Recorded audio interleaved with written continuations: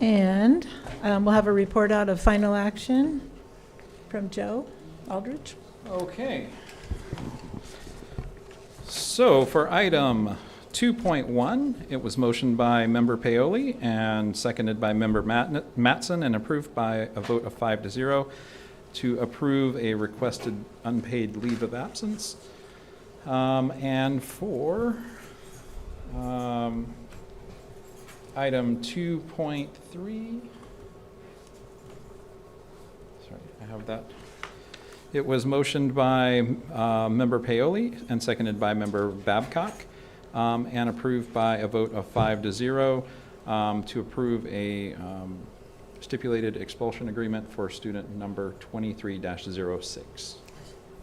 Okay, thank you. And we'll move on to approval of the agenda. Did anyone have anything that they thought needed to be pulled or changed? Are we Nope. talking about 10.3? That was supposed to be a discussion item. 10.3. We could always bump it at We that, can at that table it, moment. yeah. But I'd leave, Okay. I'd leave it on. Okay. So may I have a motion for the approval? I move to approve the agenda. Okay, and a second? I'll second. Thank you. All in favor? Yes. Yes. Yes. Okay. Moving on. Public comment on non-agenda items. Do we have any? We did not receive any on our email. I have not seen any. Nope. I think we're good. Okay, I'm going to take this opportunity to read our disclosure and move on from that. Individuals may address the board on agenda and non-agenda items during public comment and/or at the time they are under consideration by completing the speaker form provided on the table at the entrance and submitting to Renee Holes, or not to Renee tonight, to Superintendent Aldridge. Public comments are limited to 3 minutes per individual. Speakers will be chosen in random order. A timer will be set for 3 minutes. If you do not complete your comment when the timer rings, you may leave a written comment for the board's information. Each person may only speak once per agenda topic and is required to address the board from the podium. A total of 20 minutes public comments per topic will be allowed. In exceptional circumstances, the board may consider adjusting the amount of time allowed for public comment. Public comment cannot be acted upon or discussed by the board in accordance with the Brown Act. The board may request staff to respond orally at the meeting or at a future time. If you require translation services, please contact Renee Holes at the district office 72 hours in advance by phone or email. Regular meetings will be videotaped and broadcasted on FBUSD YouTube channel. Members of the public who wish to address the board may also submit public comments prior to the start of the meeting by emailing boardmeeting@fbusd.us. Staff will make all attempts to share and record any submissions received prior to or during the board meeting. However, depending on timing, late submissions may be provided to the board after the conclusion of the meeting. Comments are limited to 3 minutes each, approximately 390 words. The following, if we have comments via email, I will read that later. Never mind. And I'll just take a moment to apologize to all of our many viewers that our board chat link did not work today. So if you attempted to join us, our apologies. So. And we will move on to patriotic exercise by Trustee Paoli. So I usually read something or speak out on a monthly topic, but this month it's for a week is digital citizenship awareness. So we have a video, a very short video for you. Oh, something went wrong. Oh, no. Oh, that's been today. Okay. But while he's perusing, ironic. and it may not work, but it is the ability to navigate the digital environment in a safe and responsible and active and respectful and engaging in that space. And it really is for everyone, adults, kids. And I think if we were more mindful online, we could do a lot more positive work and maybe just like turn them off and don't look at them.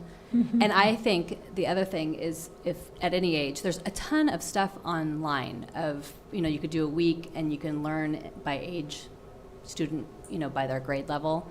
Really cute little videos. But I always told my kids, what would you do if you showed that to your grandma, or like that's your filter? Like, would you be embarrassed of what you're posting or how you're responding, and just walk away from bullying on there? You can easily just turn it off.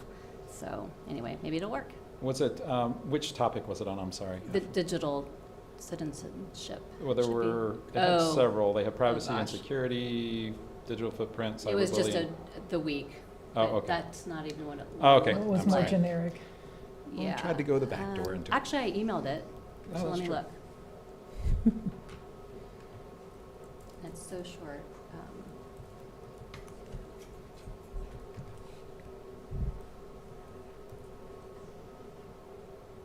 I think it might have been Dallas Unified that had a little, There we go. maybe.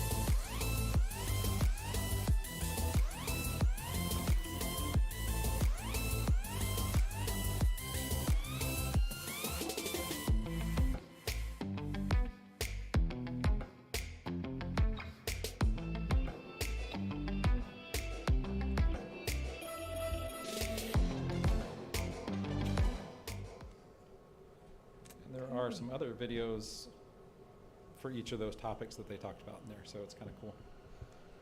That is. Thank you, Diana. And I like the music, too. Okay, on to acknowledgements, 5.1. Okay. So October is California School Bus Safety Month and Crime Prevention Month. We also have some acknowledgements for Week of the School Administrator, which I had to apologize to my administrators for yesterday at ADCO because I missed these things. National School Lunch Week is October 9th through 13th. America's Safe Schools Week is October 15th through 21st. Digital Citizenship Week is 16th through 20th, and Indigenous Peoples Day was on October 9th. Okay, thank you. And item 5.2.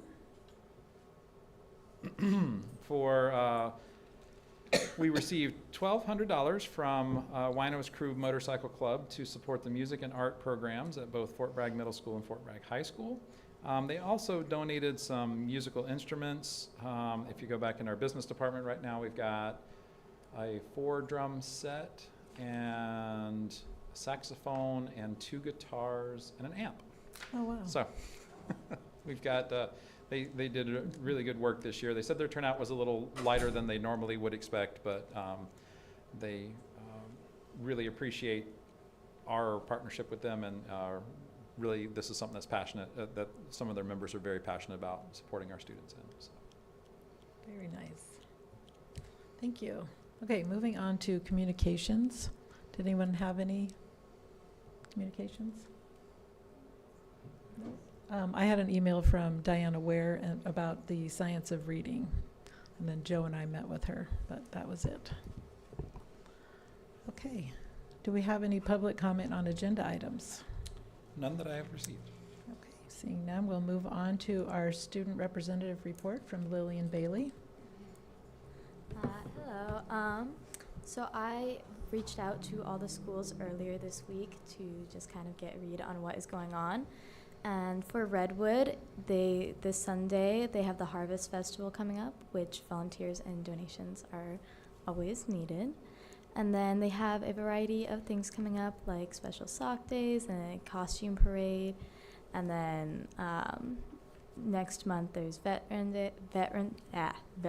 Day, and then Thanksgiving break, and every Friday popcorn is available. For Dana Gray, I was informed that everything is going great and that students and teachers are working very hard. and that they have a field trip for the fourth graders to going to the pumpkin patch, and then they are working on specifically science there. And then they also just hosted an ofrenda building to provide an opportunity for everyone to honor their loved ones. And also the pod squad leaders have been making connections with their third grade classes and just really welcoming them to the school, which is also similar for the middle school, where the leadership and web leader students have been working on supporting sixth graders and just really working on the school. They are hosting a movie night on October 20th. And then there's also, they just had their first progress report. Volleyball is happening, and they have their first Halloween dance up on October 27th. And then they have parent-teacher conferences on November 15th. And then finally for the high school, our homecoming is next week, and so we are preparing for that, and our home football game on Friday, and our homecoming dance on Saturday. And then on the 31st, basketball tryouts start. Cross country is coming to an end. Volleyball just ended, and soccer and football are also coming to an end. And then we just have the break, and midterms for some of our college classes are starting. And then Link Crew has also been working on helping the freshmen. We are going to be hosting the trunk or treat for Halloween. Yeah, that should be it. Okay, thank you very much.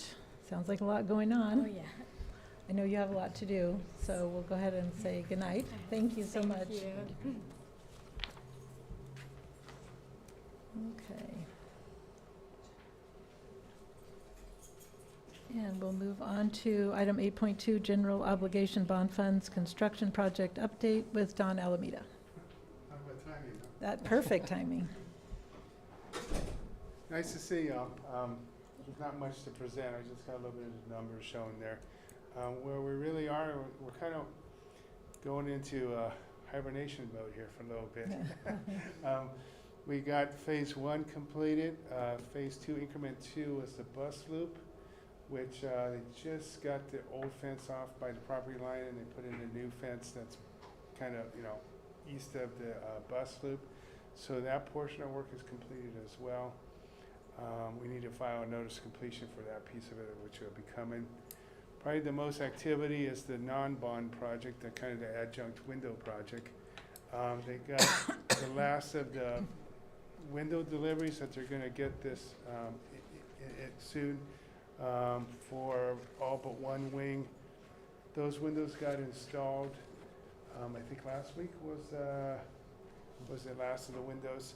They did, there's a little bit of trim that still needs to be installed. They're going to sneak back here during Thanksgiving break, do that window trim. I think there's some doors in the kinder bathroom that needs to be hung and painted, or at least painted.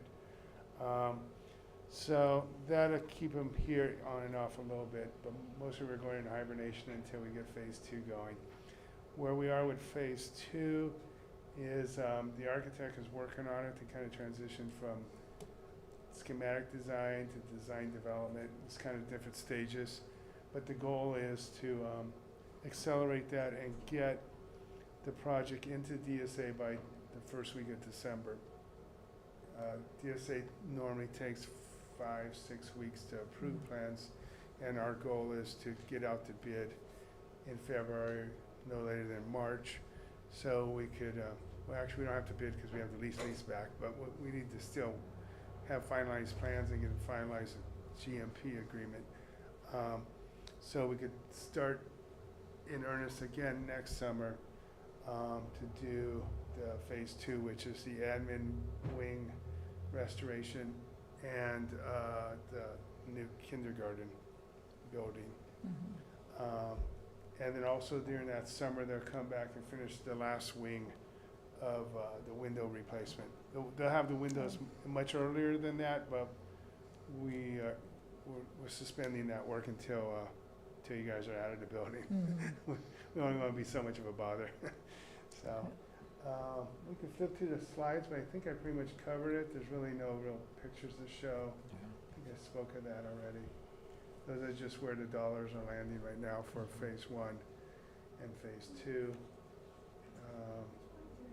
Pretty uneventful in that respect, which is a good thing. Yeah. So, other than that, I really don't have anything else unless there's questions. Do we have any questions? Nope, it's good, doing a nice Yeah. job.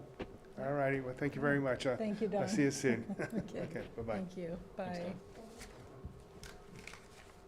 All righty. Okay, we'll move on to 8.3, Three Rivers Charter School Fall Report with Kim Morgan.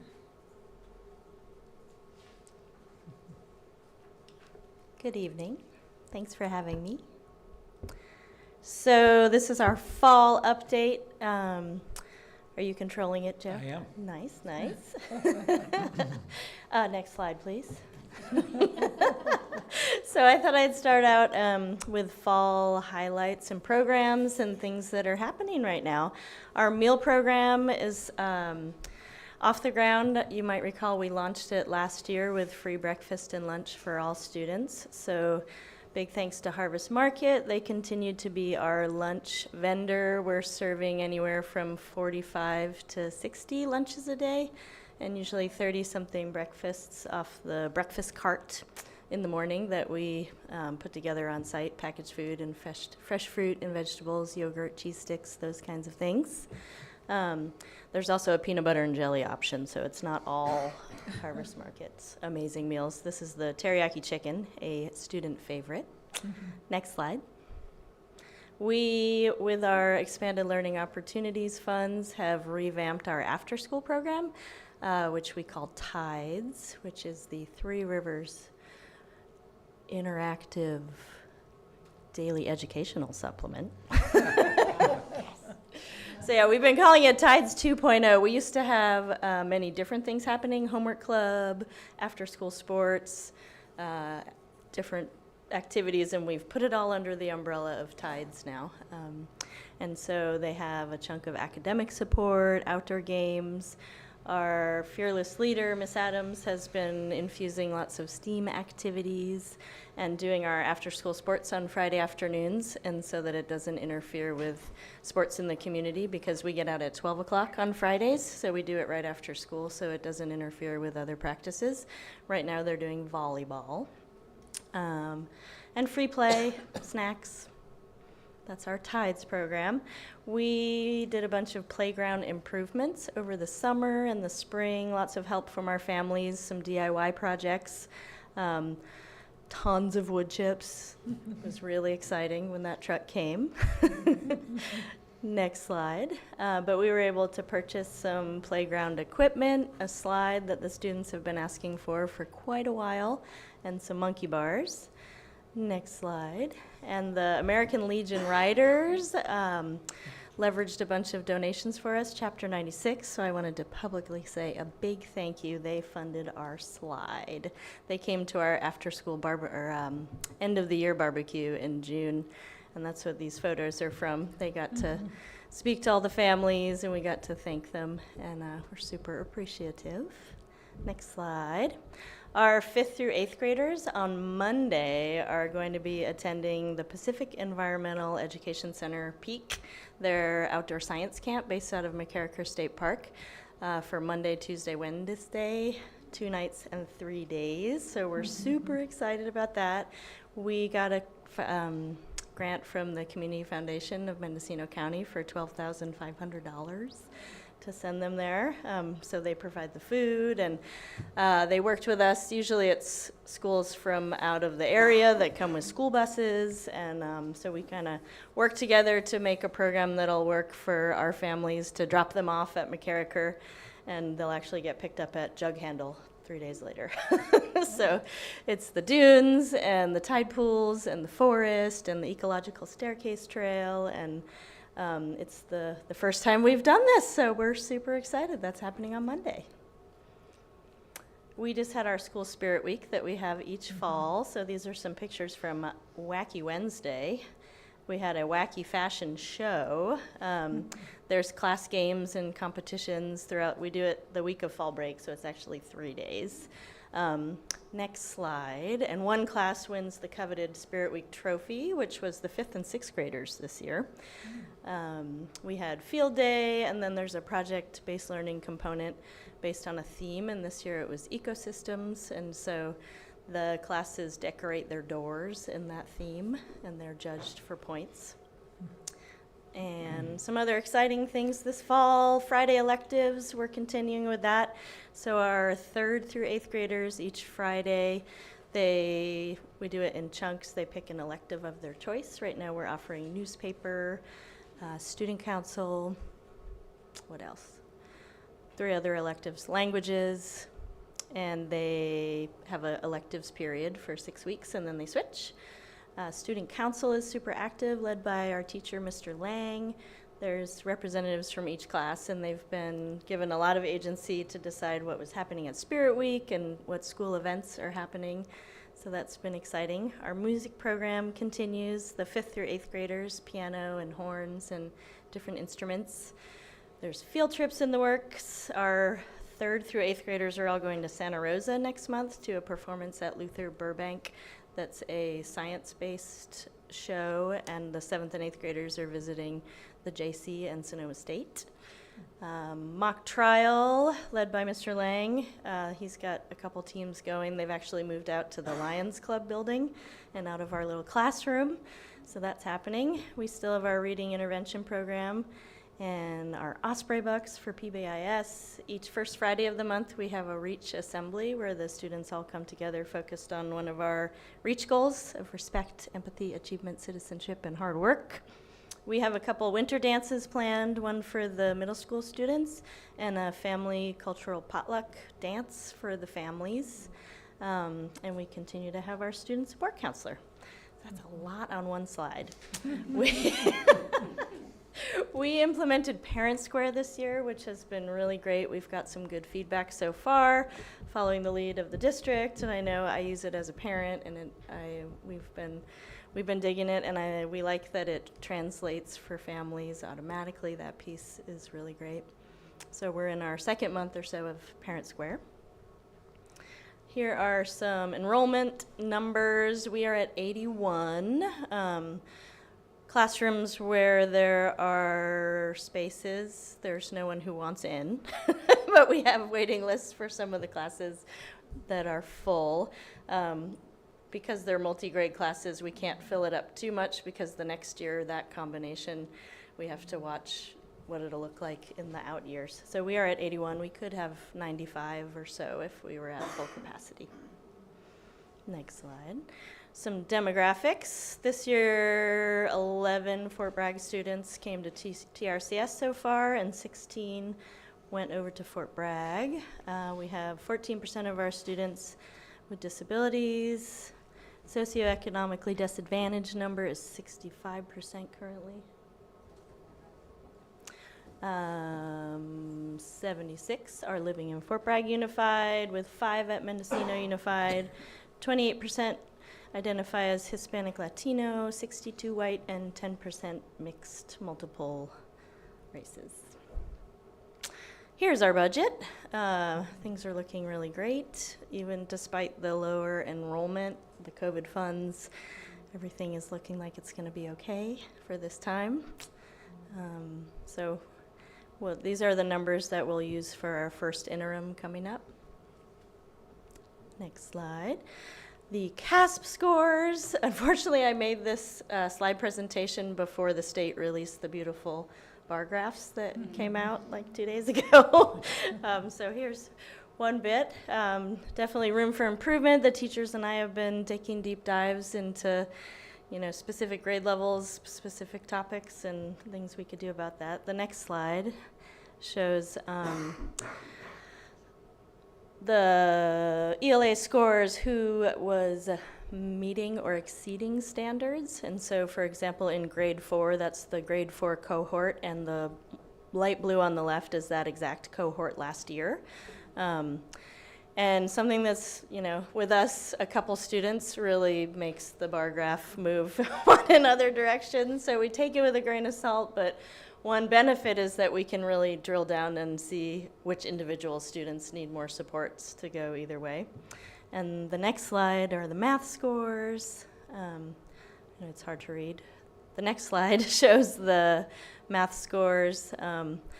So it's all over. Some students, that cohort, might have lost a kid or two. It went down. The scores went down. Some went up. Our 6, 7, 8 all went up. So that's really great. One piece we've been doing with math is that the top performers in each class, the older classes all have math at the same time, the 3rd through 8th graders, and so they bump up to the next class for math instruction, and then in the class they can really focus on the folks that need the most focus. But the bar graphs that did come out, the data that came out the other day does show that we outperformed the county, which is great, and Fort Bragg Unified, which is great, but I don't have those pictures up here. Next slide. Additional info, we haven't had any lawsuits or legal issues. We're fully bound with our insurance through next summer.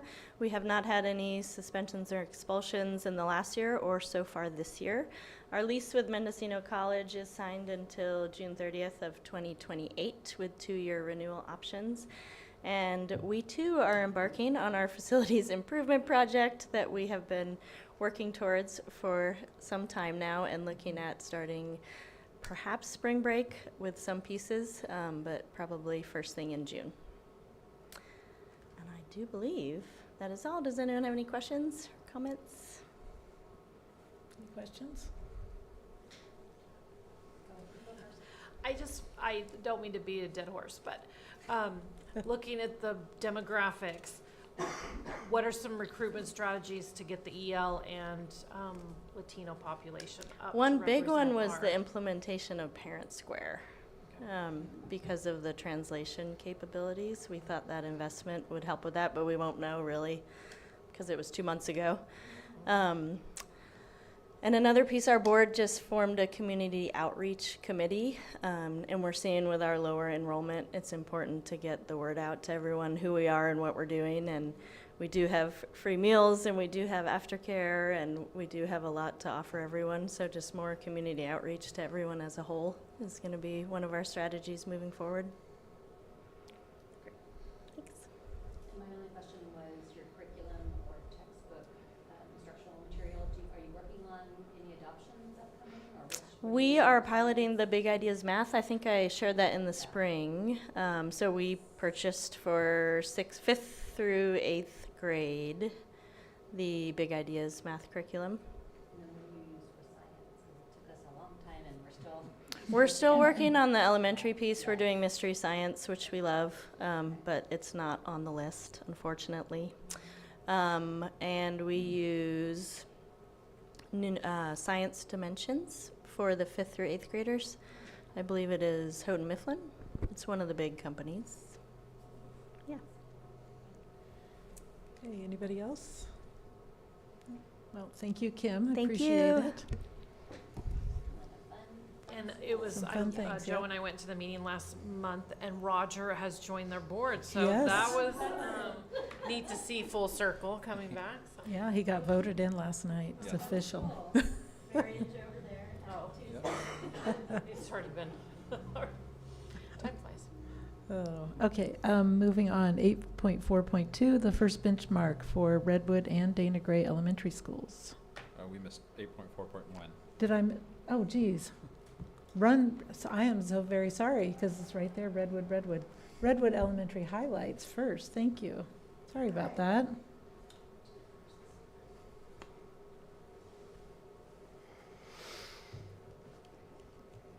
All right. I'm Lindy Erickson, principal at Redwood.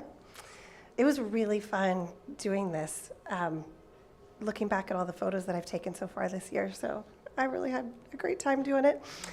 Here's some shots of our first days of school. This little person on the left is the child of one of our teachers and is so excited to be at kindergarten. The photo in the center is in our new preschool, and that's one of our speech pathologists working with kids. It is a wonderfully integrated setting, so students with IEPs and without IEPs are side by side. So when one person's learning how to use assistive technology, the others gather around too, because it's pretty cool. There's a little button that can make the cow sound, moo, moo, moo. So everybody's involved in that learning. And then these two little people were kindergartners. Day one, it was a little tough for those two to walk down that hallway. But when I took this picture, they had both exclaimed, "We're friends, it's okay." So we're learning big things at Redwood, getting along being one of them. Here's some pictures of the good things happening in our classroom. That is a photo of a kindergarten classroom kindergarten student, working with one of our incredible aides, Val Escher, who's been at Redwood for a good long time, and doing some individualized instruction. And then the second picture, Miss Kay might kill me for it, but this is 30-second dance party in room 35. A lot of teachers have adopted this practice. There's an actual button. There are moments when you just need to get up, move around, get your yayas out, and celebrate. So the button plays music for 30 seconds. Everybody gets to boogie. You don't have to, but really, really joyful moment. So I'm glad I captured it. Some progress on our campus. Many of you who were parents at Redwood remember the giant wooden bucket of doom, which it's still in that photo, but it is no longer there.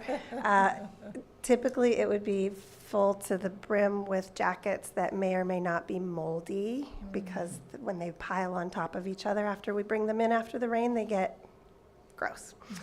So Isabel Hernandez took it upon herself to reach out and do a Donors Choose project to get us a nice rack so that we can roll it out a couple times a week so that parents can see, oh, there's our stuff, and it's dry and it's organized and lovely.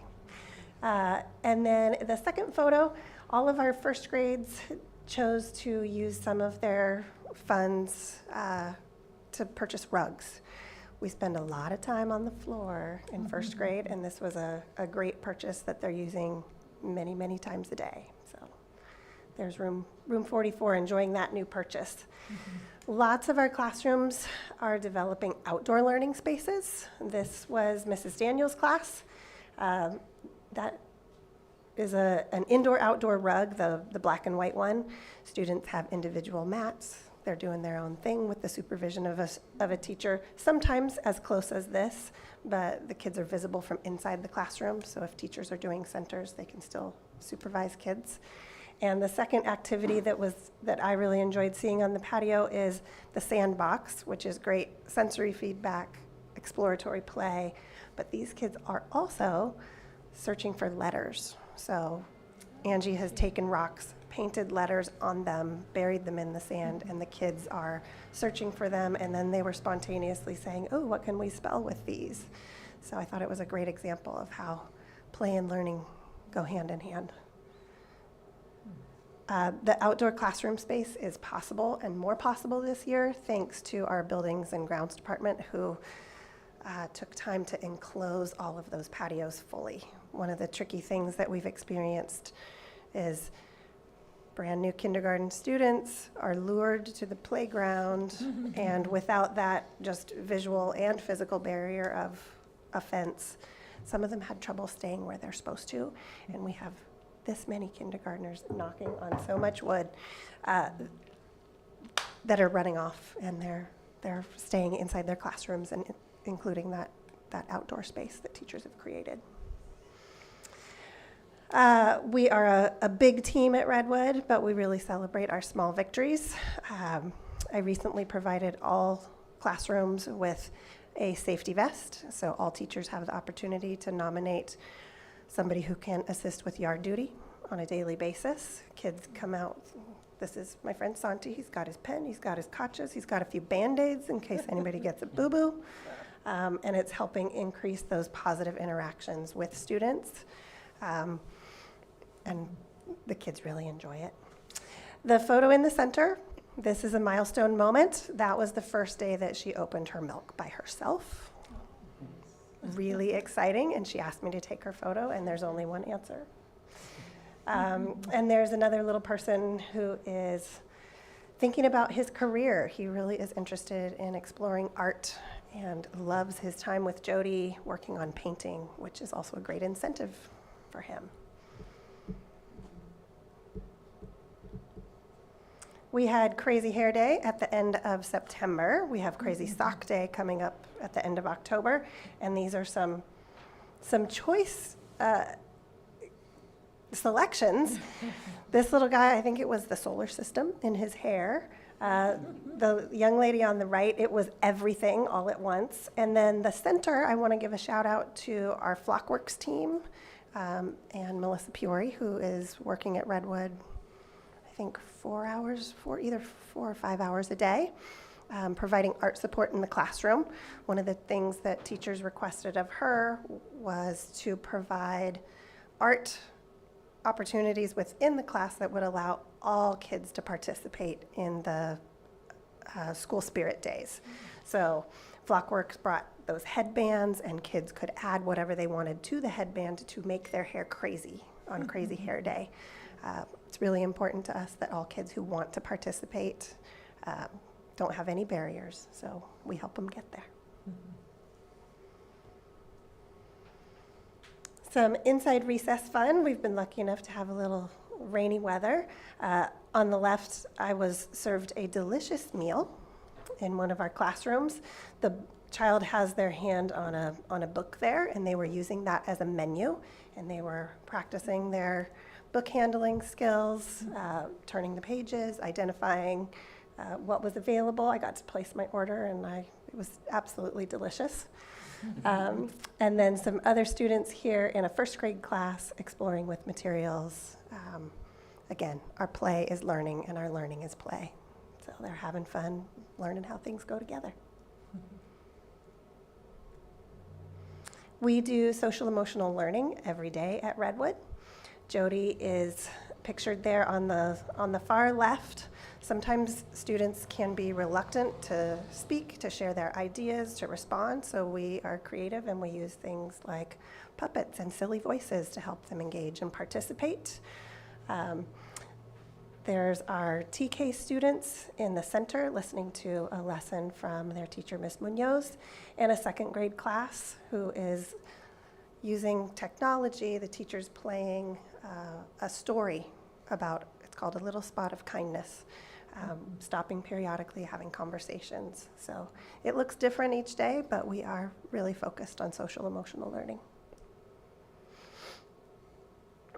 And at Redwood, there's always things to be grateful for. The young lady on the left, along with a couple other of the kids at Alt Ed, created this bench. This was a project that they took upon themselves, and this young lady was very proud to come with Eric and deliver the bench. Her sister's a student at Redwood, and we're really honored that they took the time to create that for us. And we thought it was going to go outside, but then we looked at it, and it was definitely an inside bench we want to preserve. And then just a wonderful moment in one of our SDC classrooms. It's always great to be able to plop down on one of their rugs and just play and enjoy the good energy that's happening in there. And next time you stop by Redwood, please take a look at our wall of fame. All of the teachers at the beginning of the year, all of the staff members filled out a little information sheet. If you're curious to know what somebody might like to do if they were not in the position they're in, you can take a look and see our smiling faces. But I wanted to end with this because this team is what makes everything possible. We're really grateful for our incredible staff, and thank you for your time. Thank you. Do we have any questions? Questions, yeah. So this is, you've done it for how many years, the staff info? I've seen it before, so these are just updated? These are updated. Every year, or just new staff? We have, no, we've, Questions? there are new questions this year. Go back and look. Yeah, you might learn something new about somebody. Yeah. It is a high-traffic area, and things do happen as it's on the way to the cafeteria, so they often need replacing. Oh. Other questions? Any other questions? Oh, well, thank you for sharing. That's Thank you. both of you for all the fun stuff. That's great to see. And I love that you have the hanging area for the coats now. Oh, my goodness. Oh, it was, yeah. I didn't realize that, yeah. Oh, it was pretty bad. Okay. So now we will move on to item 8.4.2 for the benchmarks from Redwood and Dana Gray. So we'll start with you again. Thank you, Lindy.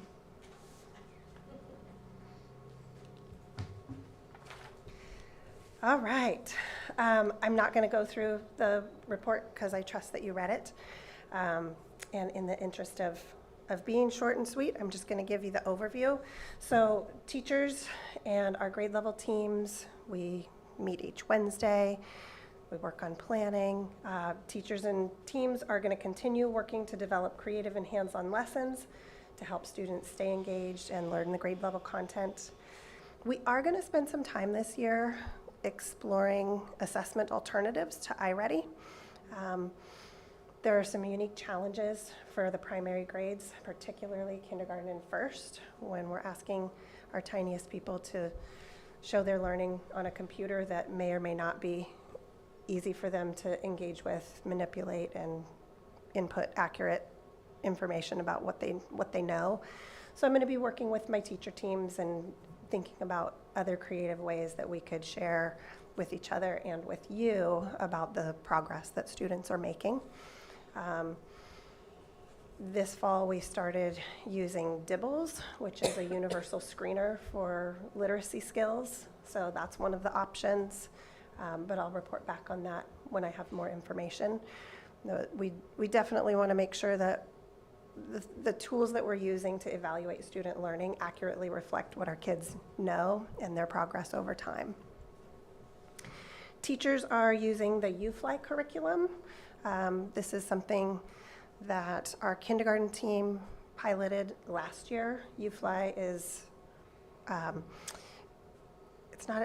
it's from University of Florida, so I think it's the University of Florida Institute is the acronym, but it is a phonics instruction program.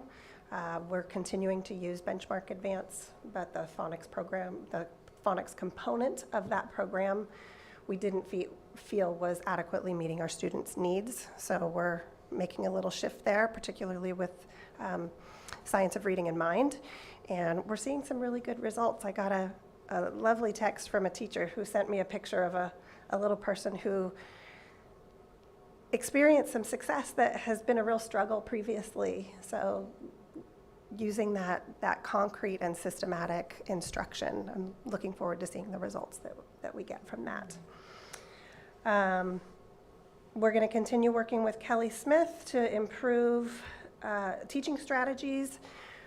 We're also going to begin working with her on math, and teachers already had a round of writing training with her earlier this fall, so teachers are going to be doing some writing papers where they all take turns passing the papers and coming to consensus on what's meeting standard, what's exceeding standard. So I'm excited about some of that. And we continue to have the support of our wonderful instructional coach, Monica Lima. We're grateful for her help as well. What questions do you have, if any? I do want to tell you that typically we do read it ahead, but there was a glitch this month, so the board didn't get anything till 4 o'clock today. So we will all do catch-up reading, but actually your information will help us, and I think in reading, we'll understand more what we're reading. So this is not a bad strategy. Great. I'm always curious, since we're so techy these days, do you see a trend with young kids that they learn more visually than they did in the past auditory, or everyone's just so different, maybe both, depending on what it is? Our learners are different, certainly. I think that over time we're seeing a shift in our students' attention span. You know, they're used to information being quickly available in short snippets. you can see a shift in attention when something comes on the big screen. So we try to be really mindful of how much time students are looking at screens and engaging with technology in those ways, but we also want to leverage it and use it wisely. And if that's going to capture their attention in a different way, we want to certainly utilize that. We're working on our, like I said, our attention span and yeah. And then my other question, so the standards that the CDE provides, do they give you any support to let you know each grade level, because there's so many standards, but then looking at the slides from Diana Ware, it shows that there's no way there's enough time to, if someone is struggling, to have the amount of times that they see something or work through something. So are the minutes of the subject matters ever looked at or adjusted, like at a site level or grade level? Like the minutes you're doing, phonics, or the minutes you're doing tables. We don't focus as much on the specific number of instructional minutes. We try to be mindful of spending an adequate amount of time in each of the subject areas. I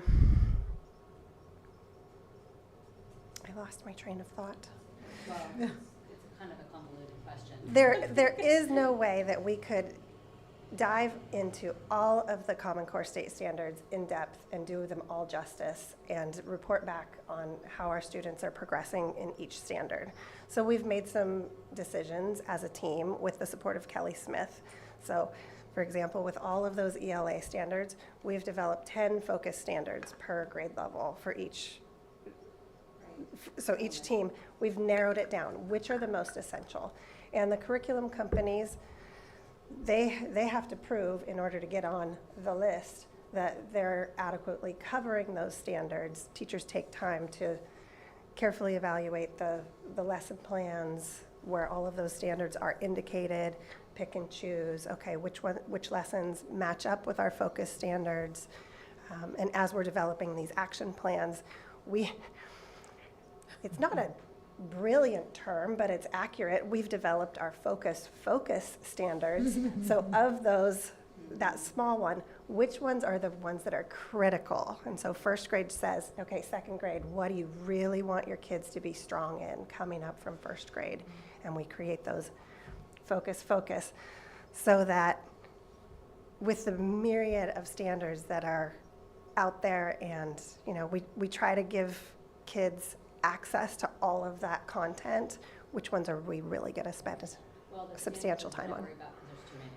So I feel like just basically hitting the basics, the reading and the math, but I know all the time at school is relevant and you're getting play in. I'm just wondering if they just need to help assist and maybe getting it more focused, because I think there's just too much drop down and the kids need more time. We need that depth. So that's what we're providing for kids. Yeah. They're learning, so. Yeah. We also really work on interweaving concepts and thinking a little bit bigger and helping draw students' attention to how things are connected. And being thoughtful about the scope and sequence and what we roll out first and how that leads to the next. And teachers in their PLC meetings are spending time making instructional decisions. Okay, if this is the end of the year grade level standard, let's unpack that. What are the preliminary requirements in order to meet that? They map it backwards over the course of the year and think about, okay, what's that going to take in August, September, so that by the time it's June, they've got the potential to have reached mastery. It is rocket science. No, it's a lot of work. Do we have any other questions, comments? Kind of a loaded question. Oh, no. Do you think these assessments help you or help teachers doing their job? Do you think they actually mean anything? I think, yes. Okay. And they're incomplete, which is why we want to explore other options for Redwood. Information Always helps. informs what we're going to do next. Without doing some kind of assessment, we wouldn't know where that baseline is and how we would move forward or how we would push kids even farther than where they're at. So the assessment is an essential component to good teaching. And I think that we're still in process at Redwood figuring out exactly what those assessments might be, given our learners and their developmental needs. So, Just reading all your notice and wonders, which are great parts of this. yeah. So it's a lot of like, you know, you're questioning a lot of this assessment. So Yeah. that's why I asked. Yeah, and these are, you know, these are progress monitoring assessments. So all of those oodles of California state standards, those are the expectation that kids are going to have mastered those by the end of the year. So it can feel a little defeating in September to go, oh, wow, that's a tough one because I didn't even cover that yet. But it's included in the iReady assessment, and it's good information. Well, they don't know that. Room for growth. You know, how are we gonna tackle that together, especially if it's a focus standard or a focus standard? But we do want to be thoughtful and make sure that the time that we're asking teachers to spend looking at the data really feels valuable and is informing what they're doing. So we're looking at, for kindergarten, what are the focus standards? What can we use to measure that? But also, what assessment is going to be comparable and be predictive of success on the CASP? Because we don't want to just do something different because it's easier for us. We want to support our students as they're going up to Dana Gray, because the reality is, as of third grade, they're going to have to show their knowledge through that computer. So we don't want to just not do it and have them unprepared when they get up to Jamie. So we're finding that balance. My guess is that second grade is going to be interested in continuing with iReady, with the intent to prepare kids with the process, the platform, and that it may look a little bit different in first grade, and then in kindergarten we might do something really different. So Okay. we'll see. Well, thank you to you and the staff for your deep dive and your focus on all of this to provide that for the kids, because that is what it takes. And there are way too many standards for anyone to cover, but the fact that you're spending so much time and focusing on it. Well, I'm makes all the grateful that we difference. have a school board that recognizes that challenge that we're faced with, and that you support the way that we're kind of narrowing our focus and allowing that deeper dive with the fewer number. Thank you. Thank you.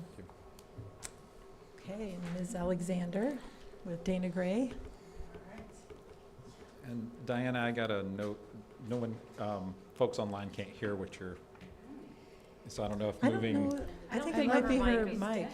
I don't think it's working. Her Yeah. mic's not working. I love that we have folks online. I know, thought they it's wouldn't know exciting. Oh, I should have Well, asked you, it's do we? windy, so. Oh, it's Wendy. Hi, Oh, Wendy. hi, Yeah, Wendy. I've noticed when you talk into it, it doesn't. Oh, there we There it go. is, There okay. There we go. Sorry. Oh, no worries. I think Yeah. it was my fault. I muted the student representative mic and I got the Okay. wrong one. Gotcha. So now you can hear me? Now we can hear Sorry. you. Thank you, Kim. Okay, Jamie. Hi. Hi. Let's see. That was a really good comprehensive coverage there. I appreciate that, Wendy. Let's see. We are, and I'm glad that we talked about our focus standards, are really well named focus standards, and that they're vertically planned. So it was a matter of last year, like Wendy was saying, having the third grade say to the fourth grade, what are the brass tacks? What do they need to know before they get to you? And that's where the focus standards came from. I am going to lead a little bit through the presentation. I have something in my eyeball, sorry. Because what I appreciate about these action plans is they address the concerns that were raised in the CASP scores, because we have big gaps with our ELs and our special needs kids. And all of those were addressed in their notice and wonders and their plans. So that was awesome. I know that they're doing that anyway, but I love that they included it in this report for you guys. The third grade is working really hard on talking about the sequence of events in a story, and then answering questions so they can show their understanding about informational text as well as narrative. And they really want to start adding more culturally relevant informational texts into their classroom libraries to hope to engage our English language learners in that casual reading when they're picking something to read in the classroom. They're using a lot of the things we talked about before, all the A and B partners, the visual scaffolding, the things we've talked about, lots of the strategies they've learned with Kelly Smith, so they're continuing on with that. When it comes to English language arts. In math, they're focusing a lot on the fluency of multiplication and rounding. Rounding seems to be quite a situation for third graders. So that is a big one of the focus standards. What they noticed when the iReady test came out is quite a few of the third graders were pretty close to grade level, meaning what they should know at the beginning of third grade when it came to multiplication. So, but since our math curriculum spirals, it kind of touches on it as you go around about. So they use the Math Ninja, situation, karate chop, to focus on multiplication throughout the whole year, because it is such a big part in understanding division. You have to understand multiplication. So that's what they're focusing on there. And they're using lots of manipulatives. They're going to be starting to bring in, food and cutting them in half to start understanding fractions, a lot of hands-on activities for them to start understanding number and the concept of that.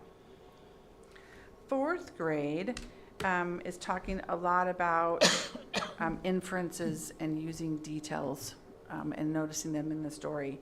And what they're noticing is that informational text is a lot tougher than narrative. Nonfiction doesn't always grab you the way the fiction stories do. So they're really excited about the writing process that Lundy mentioned earlier that we're working through with Kelly Smith, because it's really interactive. I got to watch one of our TOSAs, my TOSA, Miss Stenberg, go in and do the sample lesson with the teacher. And the strategy is really cool because it has the kids start really thinking about a small part of a bigger picture. They have to make guesses and inferences based on the small amount that they can see and wonder what it's about and make a prediction on what this picture could be. Mm-hmm. And then as they go through, they make notes on the board about what these predictions are. Then Ms. Stenberg will press another button and add a little smaller piece, and then they'll kind of address, I thought it was this, but now this piece of information, either I still agree, or I think we're moving in a different direction. So there were great conversations with these little tiny people with just about a picture, and then they make that connection into their writing about, how to make sure that they're using small pieces to draw a bigger conclusion with their writing. So, and I think the fourth grade teachers well, actually, every grade level is doing that same strategy. So it'll be interesting to see how that looks different in each grade level. So good stuff. Really fun to be in classes and watch the TOSAs. I have to say, I'm so appreciative of them, the work they do with Kelly Smith, and then the co-teaching that they do with the teachers, and the debriefs. They're so important. So I'm really appreciative of the work that they do. I don't know what I would do without them. They're amazing. Let's see, as far as making the connection with the EL students, they're doing a lot of front loading, whether that's with ELA or in math, and they're before those lessons, providing a lot of visuals, a lot of sentence frames, etc., and then try to engage the kids as much as possible to participate in that expressive English, because that's the tough part. And then, of course, using UDL strategies, Universal Design for Learning, kind of across the board. But that's kind of a tier 1 situation. But that's definitely something that really helps the second language learners.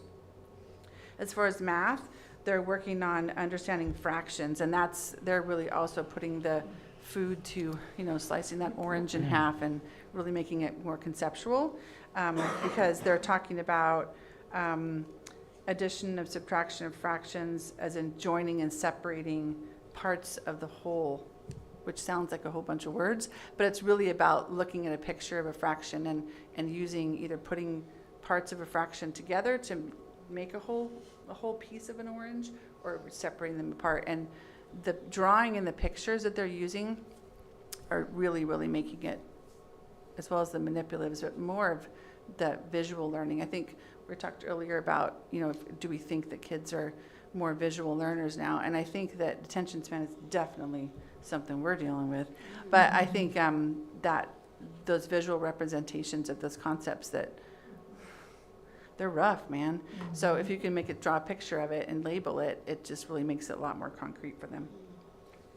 So that's the 4th grade, and they're using food for the manipulatives. I'm spending a lot more time, and I know Lundy also mentioned kind of addressing different standards in different areas. For instance, using some ELD time and talking about math. You can still address the same ELD standards or math standards while you're teaching ELD, addressing ELA standards while you're teaching science. So I think we're realizing that even though we have that 90 minutes of math, it doesn't mean that's the only place that math can show up, and vice versa. So they're getting to kind of double dip in a few different ways, which is nice, because it does make those connections with kids that they don't stand alone. They all kind of interact, all those subjects, kind of all interact with each other. The 5th grade are having a really good time because they're starting to work on projects and longer pieces of writing. So they're trying really hard to have kids start integrating.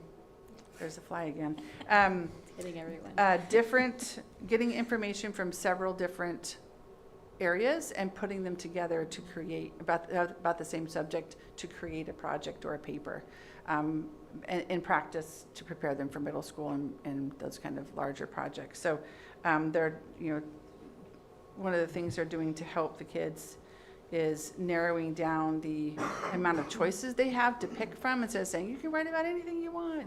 I'm coming up with 4 different things for them to choose from to help them, narrow their focus down a little bit faster, and then having a lot more small group and discussions about theme, and just having the kids talk more about things before they they write things down, because brainstorming is a really powerful thing.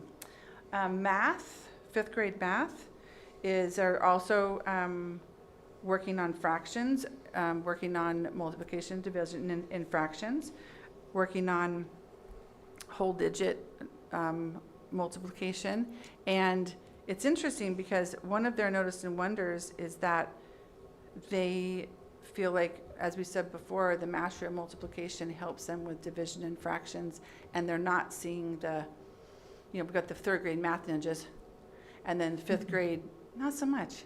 So I think what we're realizing is that those kind of rote practice, whether it's multiplication ninjas and something different in 4th grade, that rote practice of multiplication, division, addition, subtraction is really important base for them to have. So I think as a school, we have to kind of determine how we're going to continue on with something similar to the ninja, that practice that makes it fun and rewarding, because they're not seeing the holdover from 3rd grade for the kids who are working on multiplication. So that was an interesting thing to think about. Again, using all of the Spanish language textbooks for EL, and they're doing a lot of collaboration with the SDC kids. Lots of our SDC kids are in classes for a large part of the day, so a lot of interaction and collaboration with the special education teachers to get them in the general ed class as much as possible. Do you have any questions for me? Questions?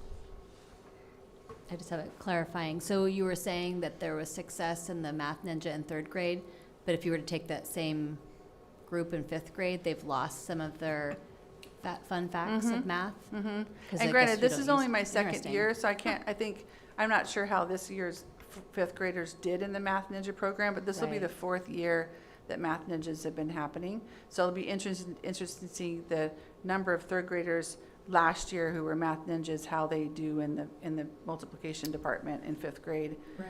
Yeah, so I think having that, like we're talking about, there's a bajillion standards to cover. When, as my time in the high school, I realized that even kids in high school do not have their basic facts down. And we all know that as we age, things get put back in the little brain Rolodex, but that automaticity is lost, and that's a tough thing to find time for, to have that practice. Well, and I was just surprised that in that short time that that's already happened. Like I could see, because I would think that the math would be kind of similar in 4th and 5th, that you would be using those facts to help you, but maybe you don't. I mean, it really. No, I think you use the facts, but I think the multiplication ninja is a daily, like every they practice their facts, and on Fridays they take a little Quiz. test. So I think because it's part of that weekly routine, that weekly routine isn't happening in 4th grade. Gotcha. And so I think that's Start losing it's it. like deciding what part of basic math facts, how much time, like a warm-up, or how we fit that into the daily rotation, so that it becomes automatic. It becomes Again, less of again, like, yeah. where's my multiplication chart? I don't know how to find the answer without it. So, and it's because, as we know, as they get older, the multiplication charts aren't a thing. And eventually you just use a calculator. So it's hard to justify, you know, like, why do I need to know this when I can just use a calculator later? Well, there's a concept of number that you get when you understand how multiplication and division, you know, Yeah. and addition, subtraction, how they relate. And that comes from practicing facts and, you know, knowing your Yeah, stuff. memory stuff. Yeah. Yeah. Yeah. Thank you. Any other questions?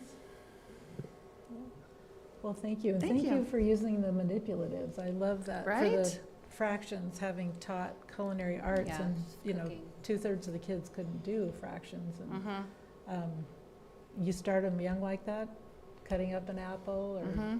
sectioning up an orange, whatever you're doing. It Right. makes such a difference. I think it'll make a really big difference. It's finding the time in the day to be in small group to be able to actually do those things. Right. I mean, 5th grade fractions are a situation. Fractions are, Tough. I don't know, 7, 8, 9 weeks of 5th grade. It just kind of. Right. So I remember being a 5th grade teacher and saying, "Oh my God, are we done with fractions yet?" Because it's such a huge mountain to climb because they don't understand what that bottom number and what that No, top number they don't. and what the difference is. And so we're hoping that by laying more groundwork in 3rd and 4th grade and having that automaticity and understanding about how numbers fit together, that maybe the 5th grade teachers won't have quite a, Yeah. you know, thing It to do. just, I remember so many kids, like say, using 2 different measuring cups. What would you use to measure 3/4? And so many kids would say 1/3 and 1/4, because there's a 3 and a 4. Right. There's a certain You're amount of like, logic okay. there, but Yeah. you're a little off the mark. But maybe breakfast in the classroom's a good time to, Just, I don't know. That's Cooking. also a really Yeah, tough time in the cooking. morning. Yeah. Like, you know, and usually that's the time when all the teachers are doing like their breakfast in the classroom, morning circles. That's when we do a lot of our SEL work, is talking about our day and our week and as we eat. Because, you know, when you eat, you start Right. talking a lot more, you know. yeah. Anything else? oh, well, thank you both for all your, Thank you. your and your staff's hard work. Yeah. We appreciate it. Not an easy task. And do we have any comments, public comment? No? Not so far. Okay, and to anybody watching, Wendy, we either have one very busy fly or maybe 2 or 3, but this is Yeah. why we're all going Yeah, like we're not this and- shooing people. Yeah, we don't have a tick or whatever, so. Okay, we'll move on to 8.4.3, our district-wide update. All right. So we currently have a district-wide enrollment of 1683. And actually, we're not nearly. Today, I believe we are exactly a quarter of the way through the school year. Today was day 45. So That's astounding. that's something. Wow. Kind A of snuck up on fraction. me, honestly. Yes, Feels like you're halfway. Who's counting? Yeah. Under instruction, we're convening our ethnic studies curriculum committee in November. This will be the start of the process. We're going to take the state model curriculum and we'll modify it for our local application with some other pieces that we can bring in. We've talked with Kelly Smith about that. Kelly Smith's also going to do a session on November 1st regarding ethnic studies, so folks can kind of come and give some input, and I'll sit down with her afterwards and kind of debrief about what thoughts folks brought to the table there. So, I also mentioned that our teachers at Redwood and Dana Gray have been implementing UFLI curriculum as a supplement to our reading program. We've talked a lot about what that is, so I won't keep going down that road, but I just wanted to make sure we got that mentioned, as I know we were talking about science of reading information as well. We did have our CAS scores were released publicly this week, and I told you as soon as they were released, I would bring them forward to you in a public forum here. I believe you've had a chance to review those, but I did put a few slides in that just kind of go over some of that. For 22-23, we're at 34.62% of our students meeting or exceeding the standards for ELA, and 18.67% of our students meeting or exceeding the standards in math.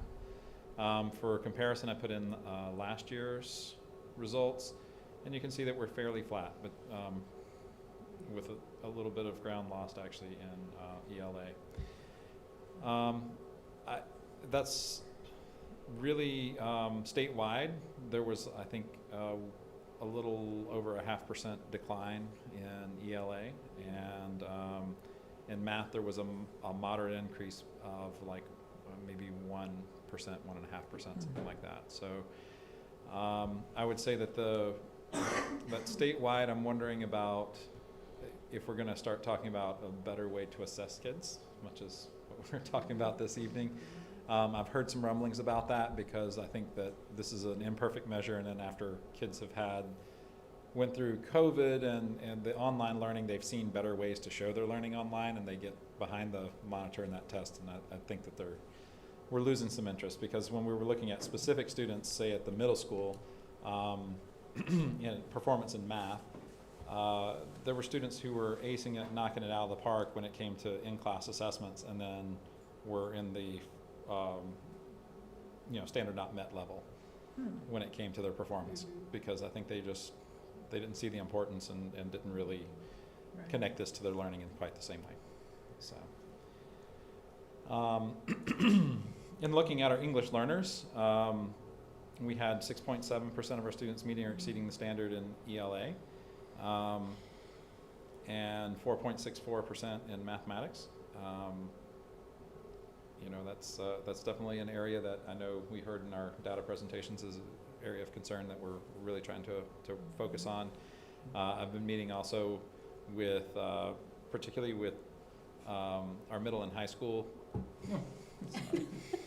Of course, as I'm talking, it's got to come see me. It's giving everyone a turn. Right. About different things that we can do with our English learners at those levels, because I think they're experiencing more newcomers than they had in previous years. It's the fly. It is the fly. We're easily amused up here. So we'll continue to pursue those ideas, and you'll probably hear in the coming months. We're not sitting on our laurels, so there will be some things that come forward with some strategies and maybe some additional positions or changing things around a little bit for instruction to support those kiddos. Our students with disabilities, we had 6.8, and these are district-wide numbers, 6.82% meet or exceed the standard for ELA, and 3.53% meet or exceed the standard for math. And so, obviously, again, a subgroup that we mentioned. I'm not saying that we're proud of these data, but we are owning that this is where we are, and we'll be moving forward from that point. It was also reported that the chronic absenteeism rate, and so for 22-23, our chronic absenteeism rate was 35%. This was actually up slightly, so that was interesting.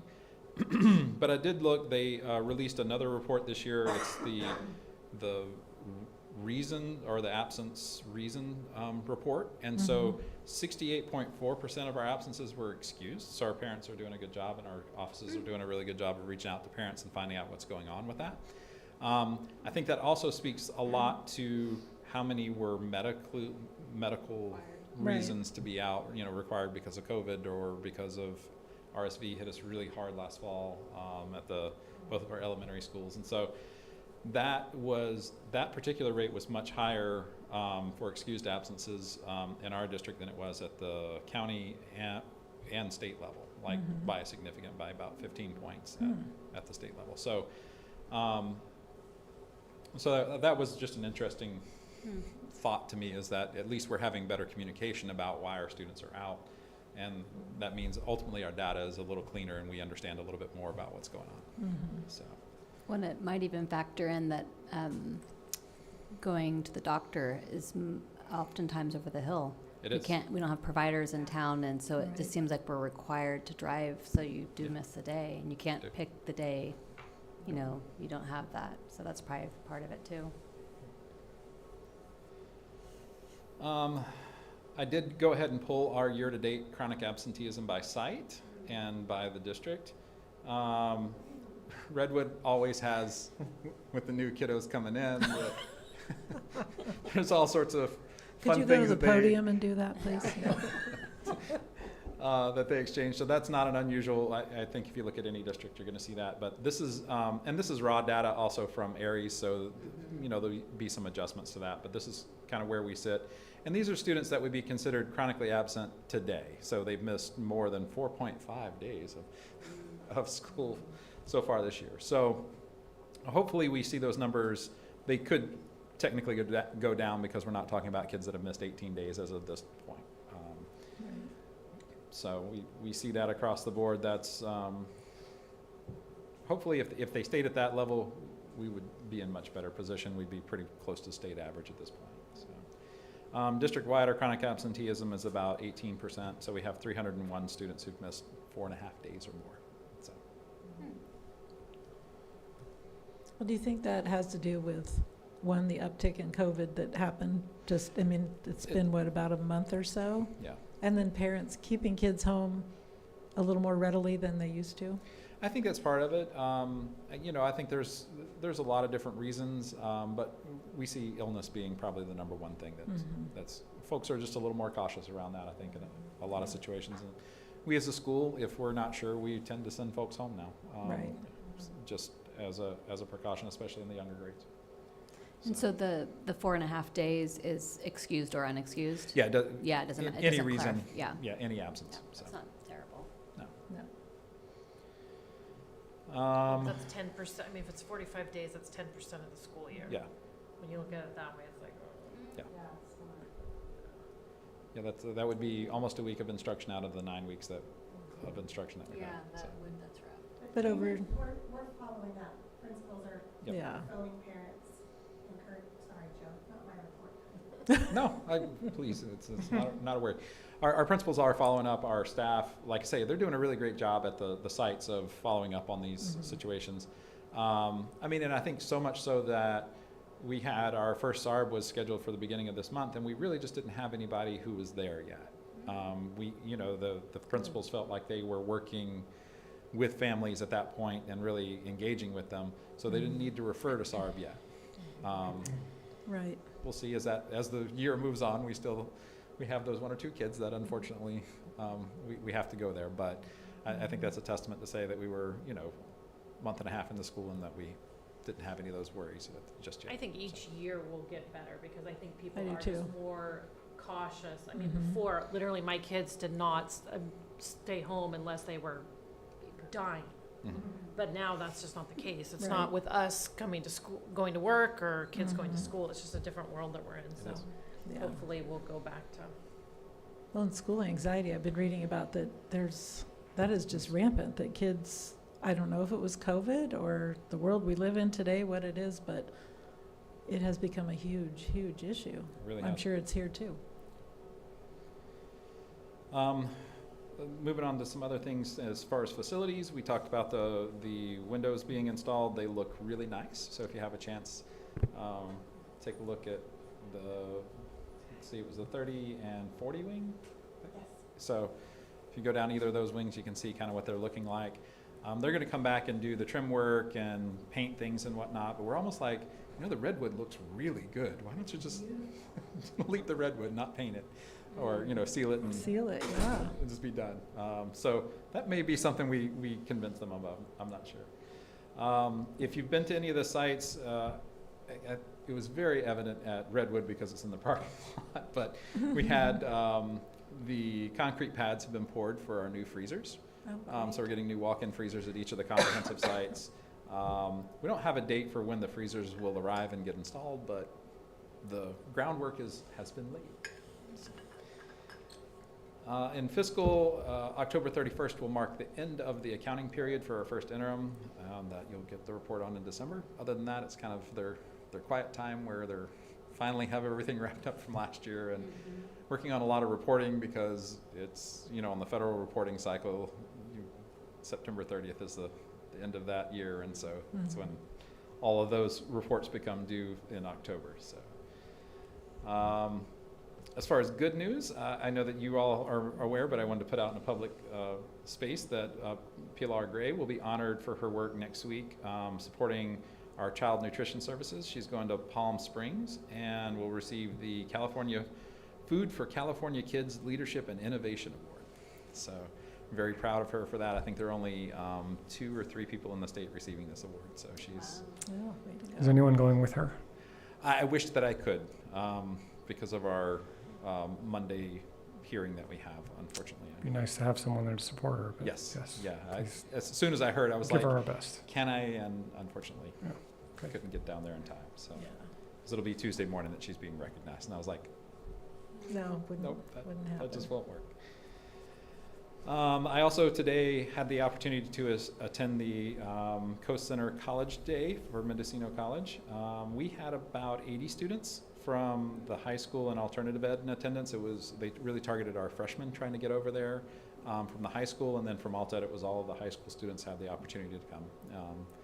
And it was really nice, and thank you to Scott for being there and Mary for being there. It was really nice, and the kids, I just went around and listened behind groups of kids, and they all were asking questions, and they were picking up pamphlets, and it was They were really all nice very to see, engaged. very Yeah, engaged.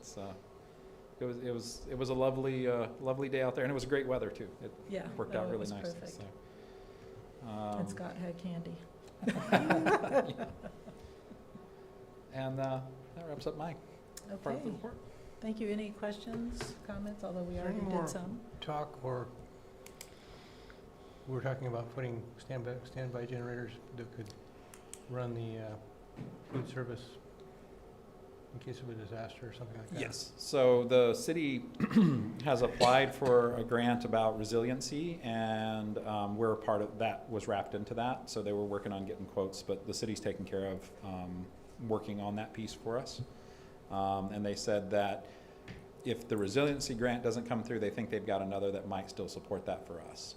So it'll be a smaller grant with a more focused piece, but because in a disaster, we are the place folks would come.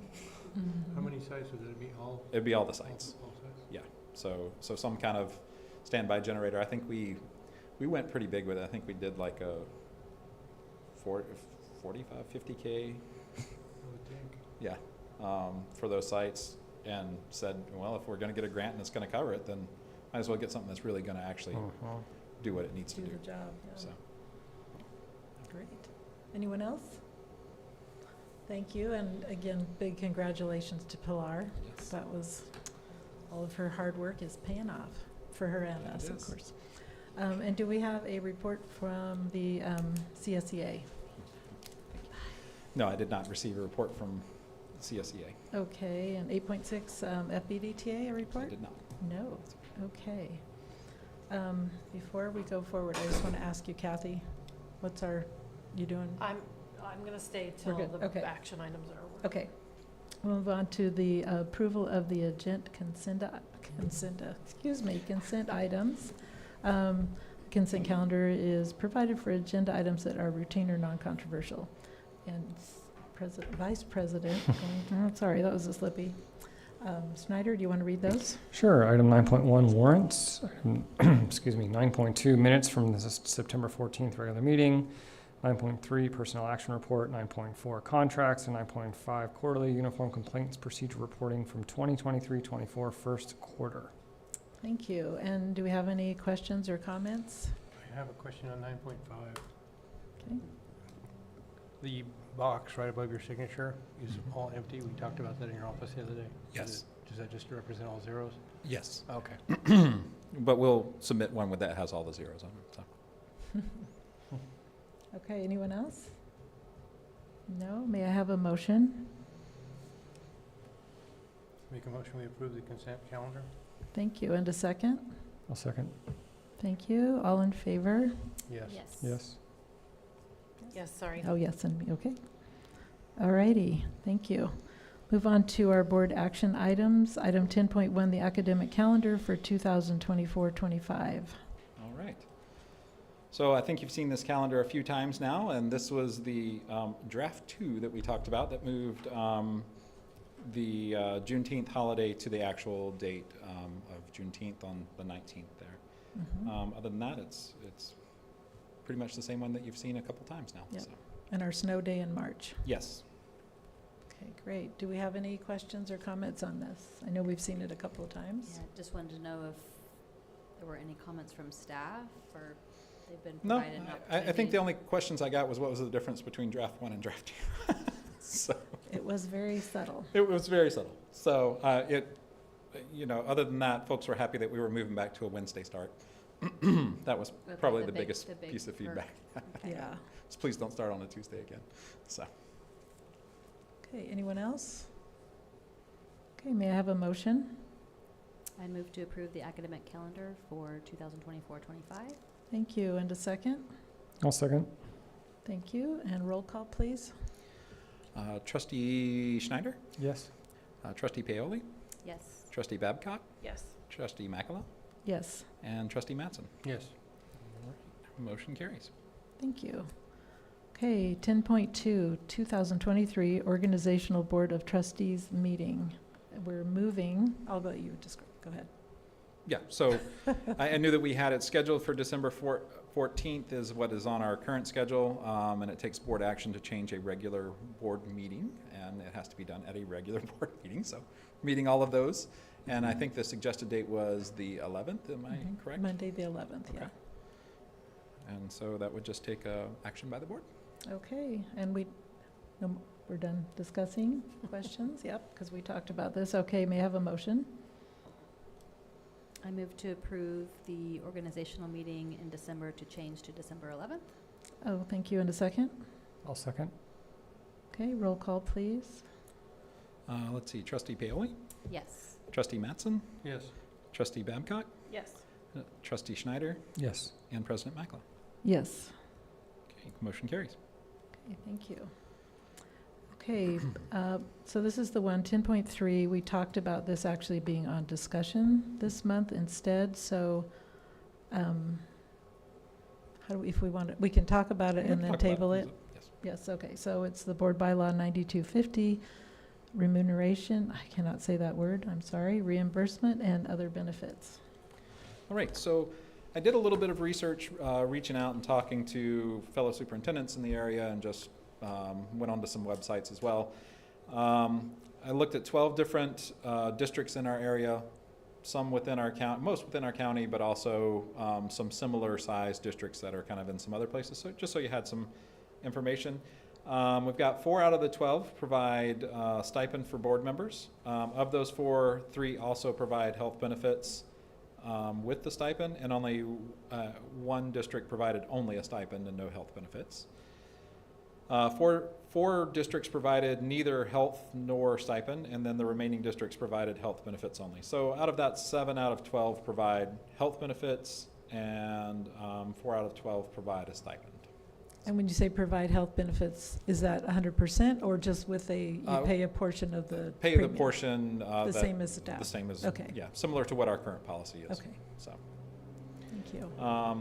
and I went on the CSBA website and pulled down their options that are different from what we currently have in place. So there's three options. We have option 3. I didn't think I needed to repeat that. No. So we have option 1 and option 2. That would be if you wish to change the bylaw, that option 1 is each member of the governing board may receive the maximum monthly compensation as provided for in Education Code 35120. And then the option 2 is each member of the governing board may receive a monthly compensation of a dollar amount, and then it cites the Education Code 35120. My understanding of the shortcomings of the second is that if you do decide to go this route, and the paragraph that follows about increasing, then you have to bring this bylaw back every year to be amended by that amount. So kind of looking back through other districts, that's kind of how they've had to handle that, versus Mhm. if you go with maximum monthly compensation provided for in the law, you don't have to bring the bylaw back, you can just have board action that increases by the percentage. I see. So those are the differences in the application there, so. Okay, do we have any comments or questions at this point? Yes. Did we find out about Staywell and whether it's the one or all or not, all five or none? Thank Yeah. you. Yes.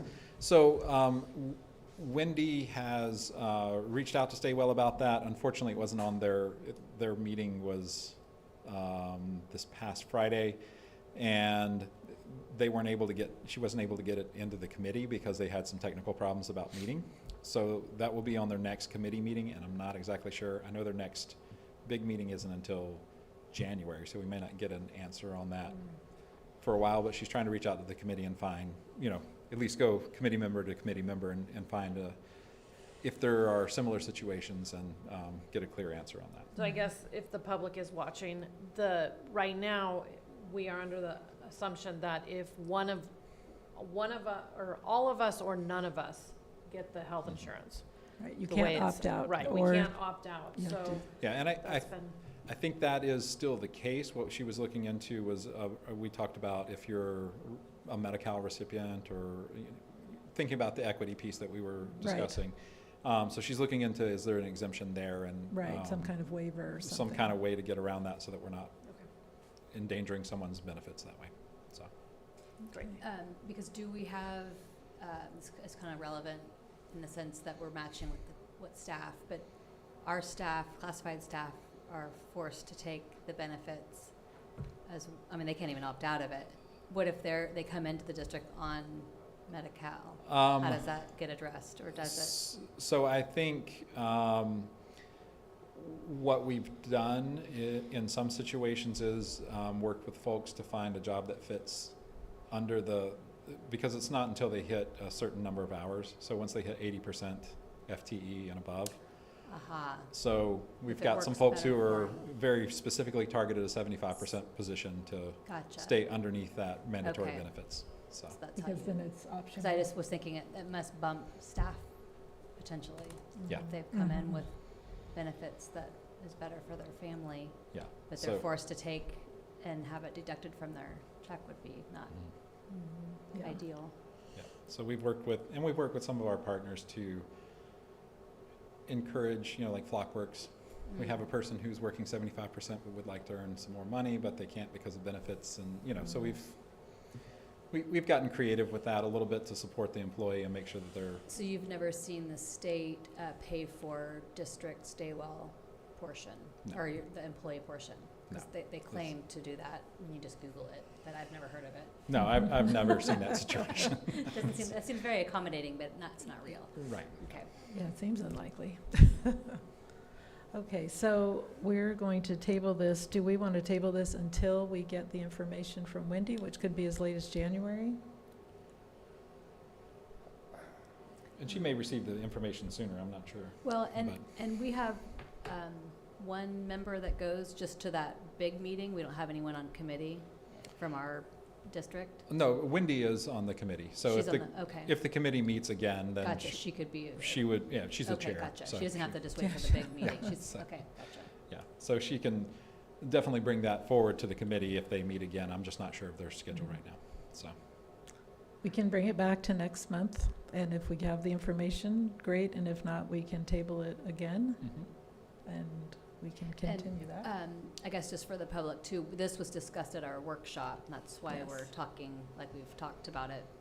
Right. That special meetings aren't filmed, but we really want to keep it, because we talked about these as separate items, but I guess we're bringing it together because that's the policy, because it's included in both. I mean, It is, and we the can stipend do, and the medical we is can in do one one policy. or the other. Right, well, that's Or why I was both, thinking, you theoretically, if you could do one or the other, but I guess we're keeping it together because the policy is one. Yeah. Okay, because I think that was the confusion, why we thought we were ready to vote on maybe a portion of it, but we're keeping it together for that reason, I guess, right? Yeah, That's Okay. how I see it. I mean, okay. It's the board's pleasure. Yes, we can separate it. Do we want, I mean, we can do that. I think it makes more I sense think- to do it together. Yeah, I mean, it was brought forward by a board member to vote on it, on both items, so I think it makes sense to put them together.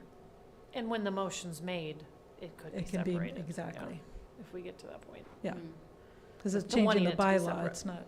Right. Jesus, Right, because we don't have all the information yet. Right. So that's the question. Do we want to postpone it?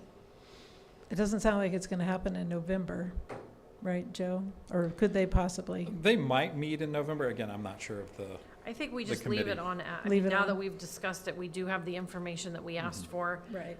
We have another piece that we're waiting for. If we leave it there, we could just table it again Yeah. if we don't have it, yeah. Okay. And if we're not comfortable. So for tonight, we will table this and till we get more information, we'll move on to item 10.4, FUSD Board Governance Handbook 2023. And we worked on this at our workshop and Diana worked on it a lot. And we reworded it and tried to make it more user-friendly, especially for a new board member. Well, and I'm happy to see it reduced 2 pages. And And we- it's very yeah. important, I mean, I think it has the same, if not more information. So we Mhm. were just trying to make it more concise, but more relevant. And not repetitive. Right. So I think we're getting there. and I Yep. do have a print copy for everyone of the clean, updated version if you'd like. Oh, And great. thank you for the laborious details of the table of contents, because we didn't even touch on that. And it wasn't even whatever, I don't even know what they call it anymore, dot matrix is what it, a little funky, I'll say. Thank you for that, Joe. Certainly. And do we have any further comments or questions about the board governance handbook? We'll think- revisit in January according to our, That's, well, we're our just jumping calendars. ahead, but, Yeah. okay, well, yeah. So may I have a motion? I move to approve the revised governance handbook. Thank you. And a second? Second. Thank you, Jerry. And roll call, please. All right. Trustee Mattson, Yes. Trustee Babcock, yes. Trustee Paoli, Yes. Trustee Macklaw, Yes, and Trustee Snyder. Yes. All right, motion carries. thank you. Okay, item 10.5, FBOSD instructional materials. All right, so as I've been sharing with you through updates and whatnot, we had our Williams visit, and unfortunately, the materials that we had for science were not adequate at Redwood, and they were unfortunately disposed of somewhere along the line when things were moved, and they're no longer available. So even like eBay and those kind of places, you can find 1 or 2 copies, but there's not adequate things. So the solution in talking with the county office and through some brainstorming was our benchmark advanced curriculum has a lot of science standards that are covered, and then with a supplement of mystery science that would give us a complete science program, at least for this year, as we're piloting the others that we'll have in place for the fall. So the resolution that we came up with is just basically stating those facts as we move through, because I thought it was important to lay out, this is why we're making this decision right now for this year only. And this is not a permanent thing, but this is, rather than trying to go through an adoption process and hurry it and get something that's not going to really provide our students with the things that we need, and as you know, they're very expensive to adopt, so. Yes.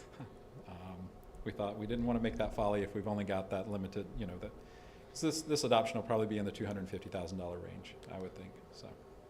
Not And what this we're, is costing us, This this is costs of the us, 200.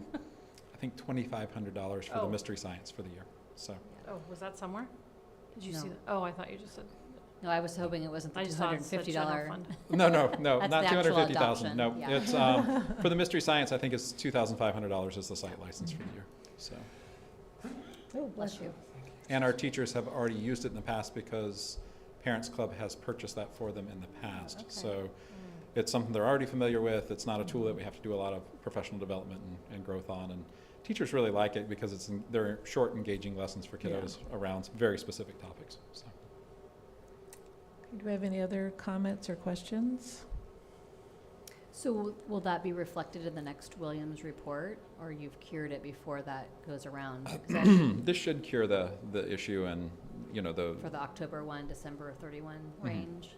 yeah, it wasn't a formal complaint. The Williams visit is just something they have to do to certify.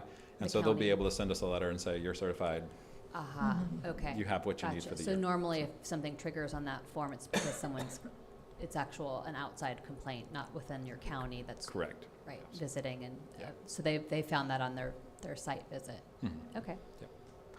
Do you think because of the circumstances, we should go ahead and have Vice President Schneider read this out? We absolutely can if you would like, or I can read it, whatever. Oh, we always used to have the Vice President do it, so okay. we haven't done that we haven't had anything for a while, Haven't but, had a resolution in a bit. so if you wouldn't mind. Sure, resolution number 23-09, adoption of supplemental instructional materials, whereas textbooks or instructional materials and core curriculum subjects should be aligned with state academic content standards adopted by the State Board of Education pursuant to Education Code 60605 and/or the Common Core state standards adopted pursuant to Education Code 60605.8. Whereas our teachers are in the process of evaluating science curricula from different publishers, whereas due to the age of the currently adopted instructional program, the district is unable to purchase additional instructional materials for students in grades TK through 2, and the publisher does not have materials available for purchase.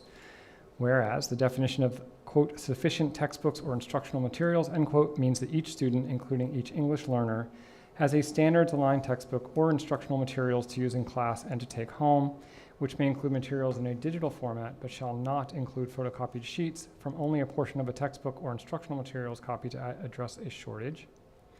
Whereas Benchmark Advanced Curriculum contains lessons of many of the science standards for grades TK through 2 as part of the curriculum, and whereas Mystery Science has supplemental materials that contain lessons on additional science standards for grades TK through 2, now therefore it is hereby resolved that the Fort Bragg Unified School District FBUSD Board of Trustees adopts Benchmark Advance with the supplement of Mystery Science as the approved science curriculum for the 23-24 school year for grades TK through 2. Okay, thank you. So may I have a motion? I will make a motion to adopt resolution number 23-09. Thank you. And a second? I'll second.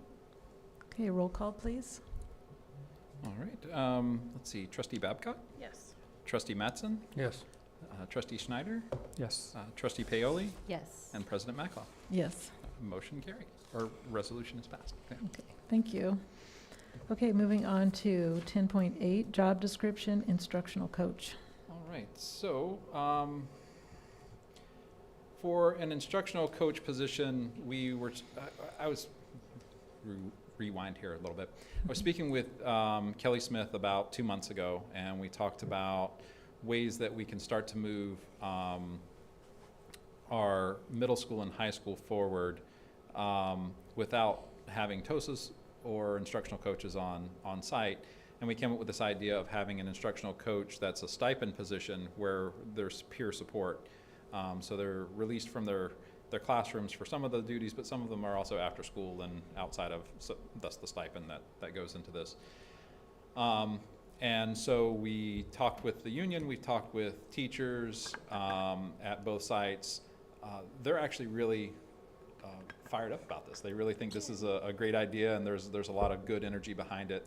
They've honestly already started doing some of the work. They're like, we don't care who the coaches end up being, who get stipends, like we're in this. So they've really bought into the idea, and they're pretty happy about it from all the reports that I've gotten back from folks. So I'm pretty excited to be able to bring this forward and to add this on.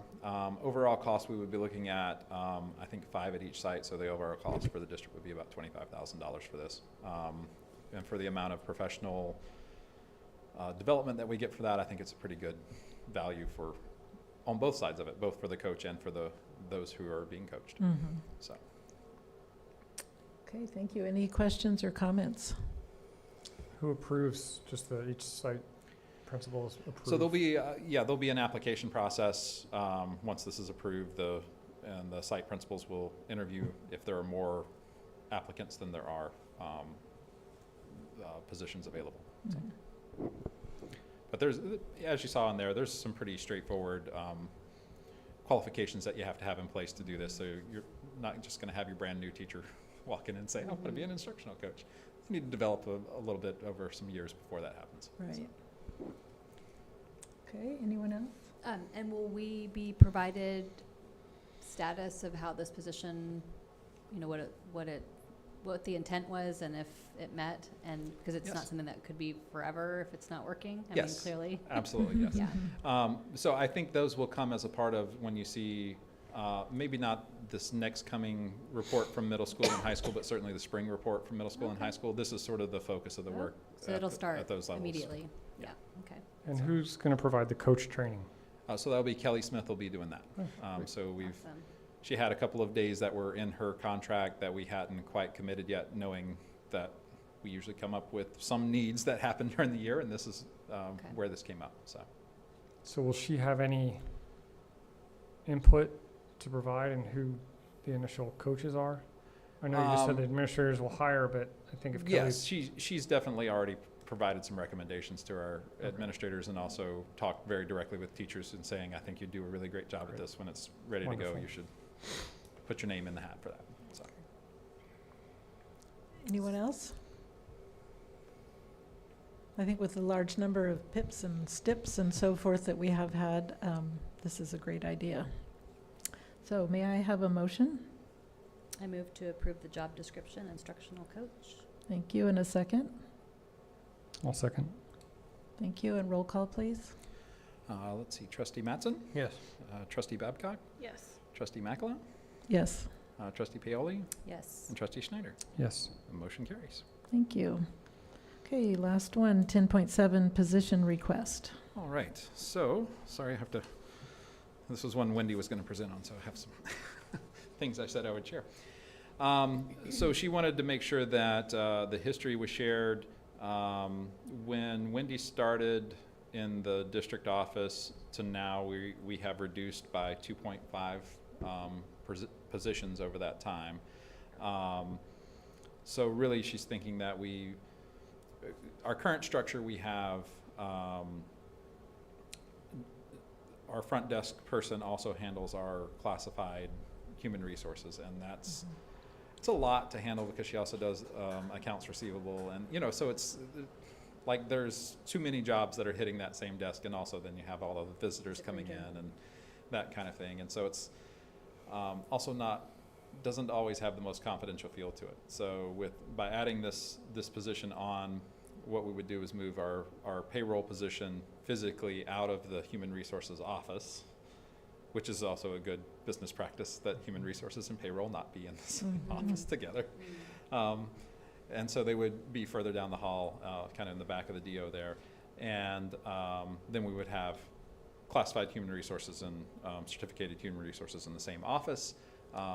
We would also be able to have some conversations to better improve some of our practices there and modernize, kind of get rid of hopefully some of the paper that we have going on, and really bring better services to both folks as we're onboarding and our ongoing services to our employees.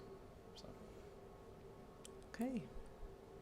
Well, I definitely don't think we have less paperwork to do or reporting to do, so it does make sense. I don't know how the district office has gotten through all the reporting the last few years, because it's just it seems like there's just a report to everything. Everything's itemized now. Yep. So we have really good staff who don't complain. And the person currently in the position at the front desk never heard a complaint, but I just saw on their face the feeling they were having, and I said, hey, let's sit down and talk, and that came around to, I'm feeling completely overwhelmed with this, and I just don't feel like I can do a good job at everything. everything that I'm expected to do. So that spoke to me, and I said, hey, well, let's do something to fix that, and Right. I think it also benefits our district and serves our employees. Well, and I appreciate that story, for lack of a better word, that one, you're creating an atmosphere at the district office that somebody would be willing to talk to you about that, and anyway, that's a great thing to hear about, because Yeah. when I worked in the district office was not a well, anyway, it was kind of like, seemed like it was pretty dysfunctional. Was not a So- well-oiled machine. Yes, and so anyway, that just makes a bright side that you acknowledge that and Yeah. your staff feels comfortable talking to you about, anyway, I'm rambling, but the point is good job. Thank you. Who does this person report to? Or who will this person report to? So this person will report to, typically to the CBO, so the business manager manages that side of the house. Mhm. Okay, so that'll be the direct Yes, supervisor. that's the direct report. Well, it seems like a good idea to shore up the Mhm. HR and put them together. Yes, I believe so. Yeah. So, in a confidential area. Okay, without, nothing further, can I have a motion? So we just Oh, approved the sorry. job, so is there gonna be a job description for this after this is approved? We can certainly bring one back. I think we have one in Okay, existence. I'm not that asking covers for, I'm just, this. Yes. because we just No, looked at there's, a job description, but I don't see a job description for this one. so there's just- already a job description that exists Okay. for this position that's Okay. relative to the current duties and everything. Okay, great, So- sorry. Oh, no, that's okay. So may I have a motion? I move to approve the position request at the district office. Thank you. In a second? I'll second. Okay, roll call, please. All right, President Macklaw, Yes. Trustee Schneider, Yes? Trustee Mattson, Yes. Trustee Babcock, Yes. and Trustee Paoli. Yes. Thank Motion carries. you. So we're going to take a brief break. Our trustee Babcock has to be somewhere, so we're going to bid her adieu. And we need you to sign something. So let's go ahead and just take a 5-minute break and let you sign that. Does that work for everybody? Yes. Okay. And we might as well all sign it right now, and then it'll be done. So this is The handbook. I don't have a date at 8 o'clock at night, but I have to drive to Willows, so. Oh, my goodness. Yeah, Okay. that's, oh my goodness. And I don't know if anyone needs to use the facility. I know. I said, are you Couple sure you nights. want to come at all tonight? Well, But- I've, You're dedicated, I know. it's, well, I felt, yeah. So, anyway, my kid has to be there tomorrow morning.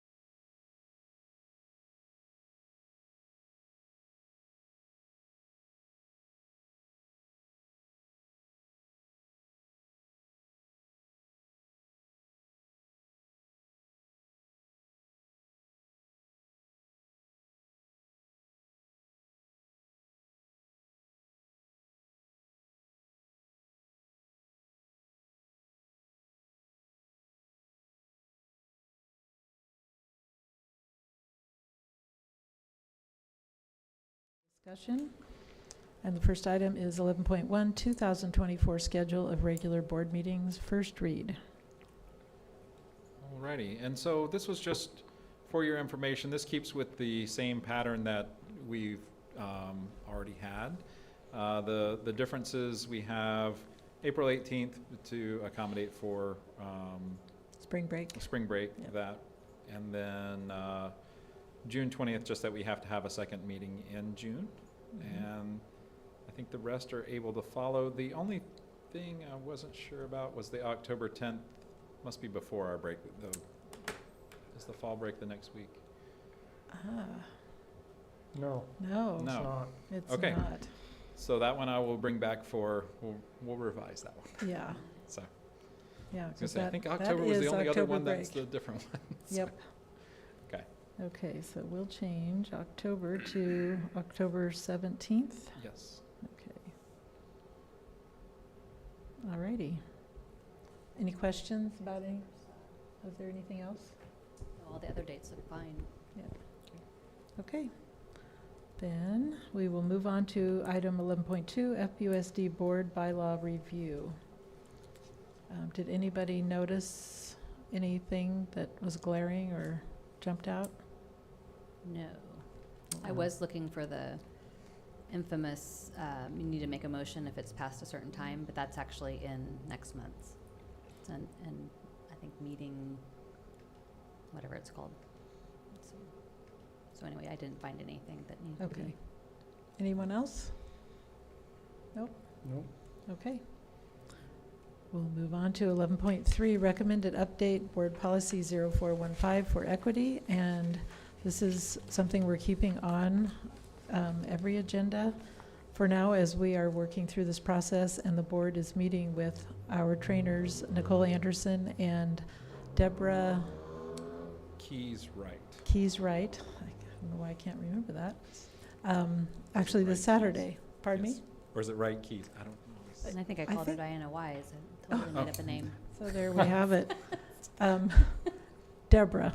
Yes. Deborah. And it's with Nicole Anderson's company. So we'll be meeting with them this Saturday for our first of 4 board trainings. So I don't think we have anything to add to that. So we'll move on to item 11.4, Arts, Music, and Instructional Materials Block Grant Plan Budget. All right, and so this is the first time you've seen an actual budget put to this, but we have talked about the allocation that we had as a district. I think probably when we talked about it last year, it was, I'm trying to remember how much they took from us from this. I think it was $30,000 or $40,000. This one didn't get as much taken from it, but the total allocation that we currently have, based off of the reduction that they made after awarding it, is $786,000.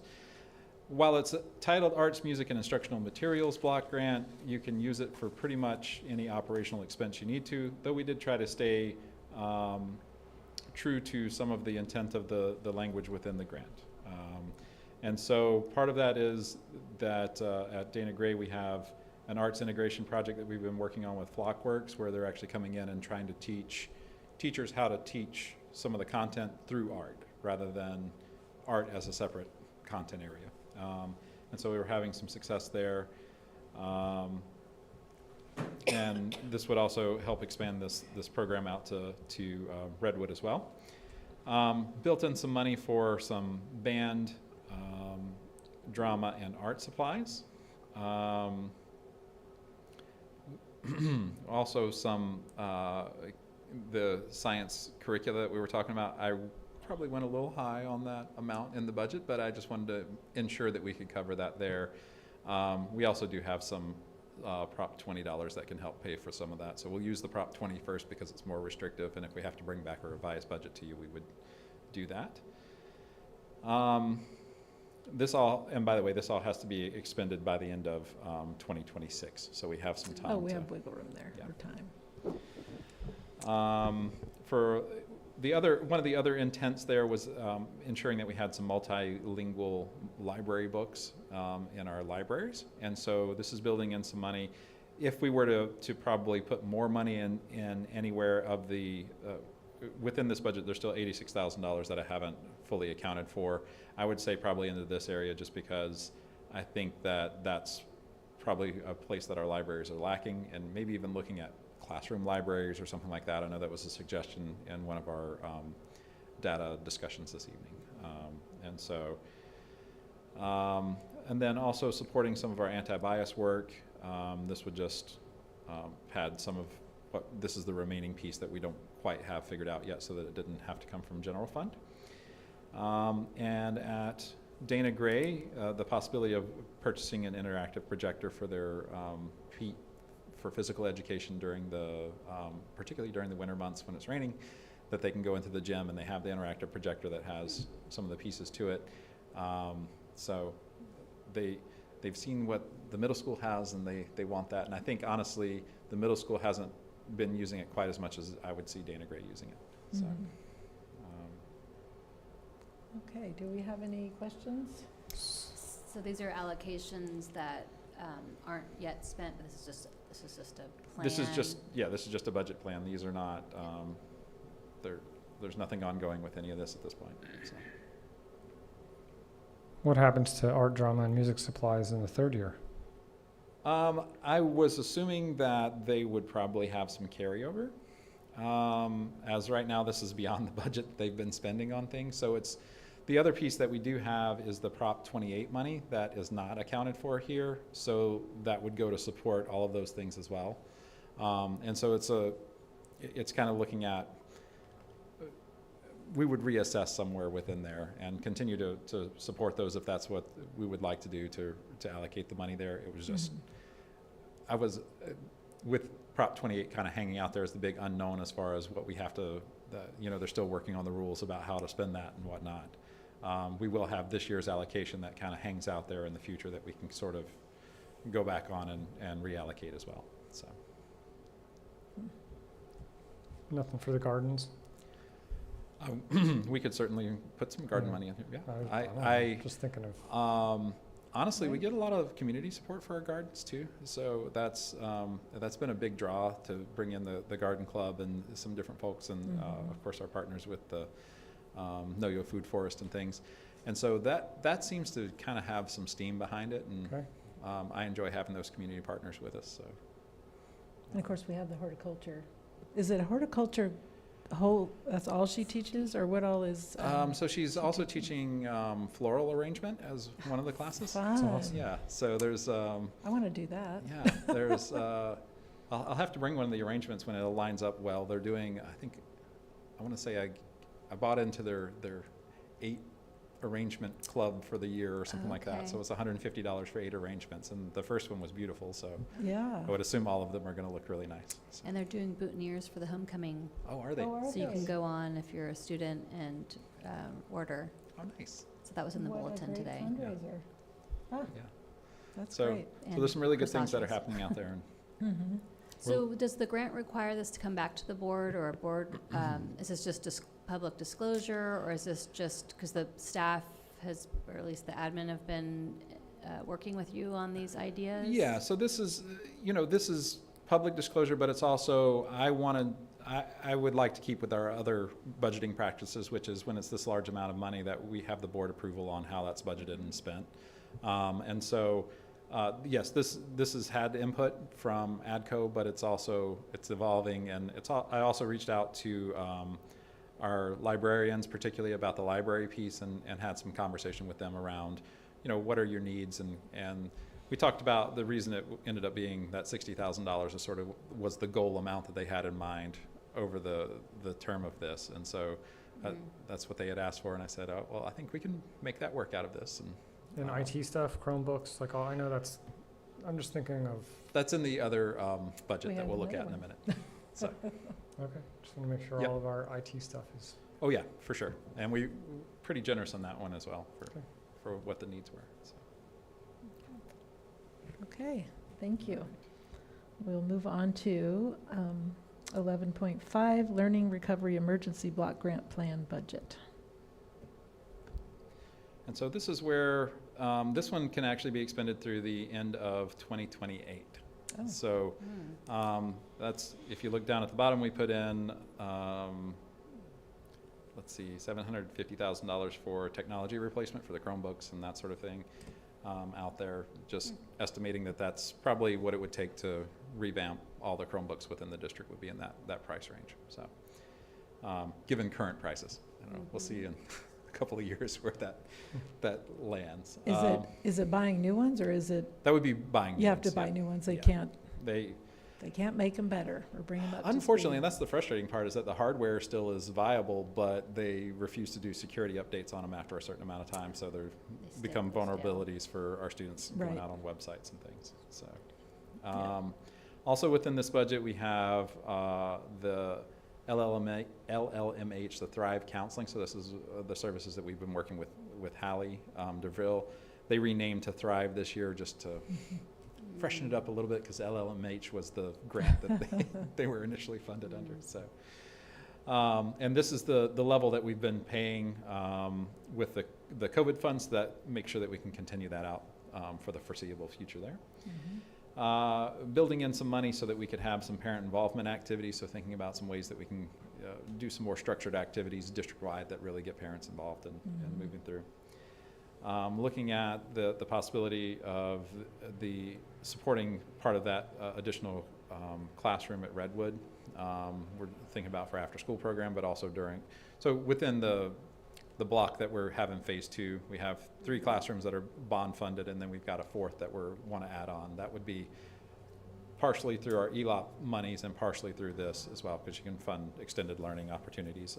And that's to remove that portable, like Yes, that's it where would they're get rid of at? that portable, and we would have 4 structure. nice Gotcha. a structure Okay. that sort of the new preschool and it blend together. And I think with this contribution, we would also, out of the bond, be able to pay for a TK playground would be a hope on the back of that structure, because Smaller people. our regular playground is ages 5 and up is the rated age, so we have to put in something that 4-year-olds can access when we have them on campus. So it would be a nice thing that both the TK classrooms and the preschool could have gates that led into, is sort of the vision there. So So, getting back to the cost of the classroom, they have ELOP money, there's not much left excess to pay for half a classroom? yes. Okay, great. Yeah, right now in ELOP, I think actually it's a little more than half. I think we have 750,000 set out in there. So. Are we still getting money each year for that program? We are, but I think in the ongoing years, it'll probably be absorbed by the cost of running the program. They're finding that it's pretty expensive to have all those people with folks, but we won't really know until we kind of get a little further down the road to see what they're continuing, because we also get our ACEs and assets funding, and we're seeing them really, really tighten up on those now that that ELOP has been so generous. So. We'll see. That's kind of how we anticipated them going, is that eventually they'll use the funding that they get for the ACEs and assets to supplement basically how they're paying for the ELOP. So. And so is this total allocation, if I add up all these numbers, it's 1.9 million? Yes.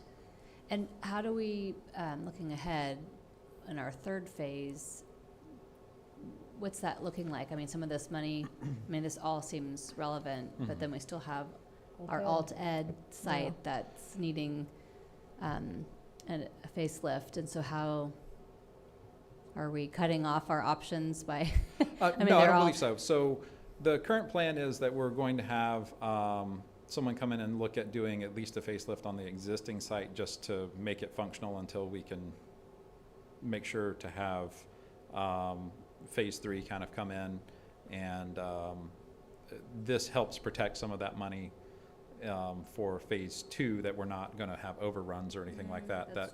That cause us to take away from that third bond sale, that where we'll have that. Yeah, because we really don't Oh, know good.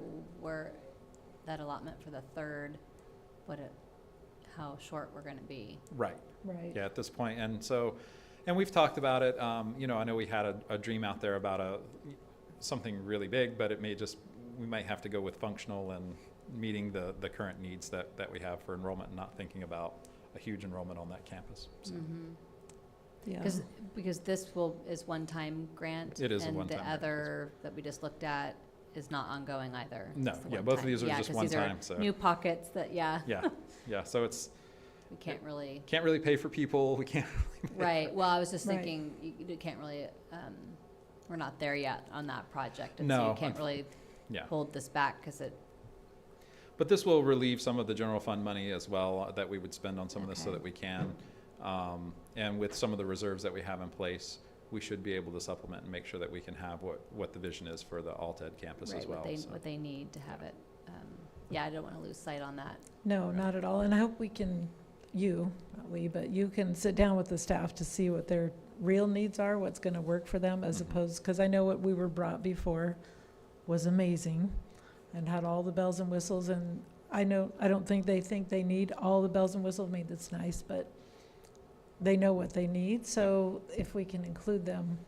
Yeah, they'll be central, just very much like in phase 2 that we've sat down with our TK teachers and had them in Okay. the room with the architects so they could say, that doesn't make any sense. Why would you put that there? Let's put it over here. Let's, you know. Right. Because they know the classrooms and what they need as opposed to an architect who says, oh, this will be really pretty. Right. Oh, no, exactly. So- We don't need to go down that road. Right. Okay, do we have any other questions, comments? Do we have, so every year we approve site budgets, right, for Mhm. each site? And in that budget are many things, and one of those is how much each classroom gets every year to spend, Mhm. right? Can we supplement that at all? Like because I think of all the teachers that are always asking for stuff, and they Mhm. always want more, and, Yeah. culinary needs this, and new books for that, and it just, I mean, we're looking at the big picture here, but at the same time, does it make sense? Or can we use some of these funds to enhance each of the classrooms with, We absolutely could, yeah. I don't, I mean, there's- it's just a they're- thought. they're pretty open for that type of thing. I'm sure. So, yeah, I mean, I could certainly look at it and see, build that as a part of the budget to bring back to you as, Maybe not this year, but maybe Yeah. in next year's, hey, what would you guys do if you had another $100,000 at your side, whatever, just a number, right? For sure. Like, what would you do? What could you, Careful I on just, camera. how can, I guess my thing is, how can this touch each child? right. How can these monies benefit every day at school? And I've even seen in some places doing innovation grants.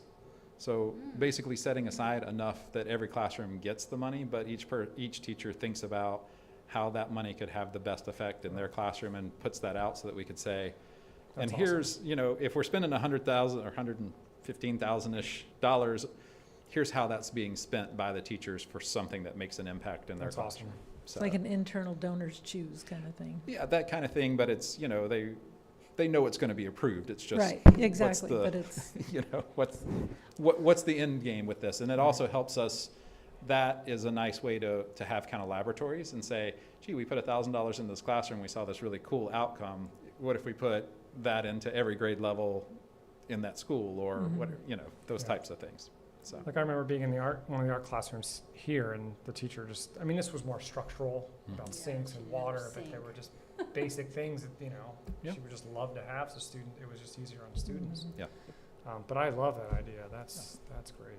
yeah. So- is it, back to Alted, is it possible to buy furniture with this grant? Or is it like all grants where you can't buy furniture?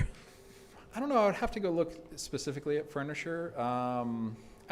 It might be a little bit of a stretch, but it might work. I don't I mean, know, I can look.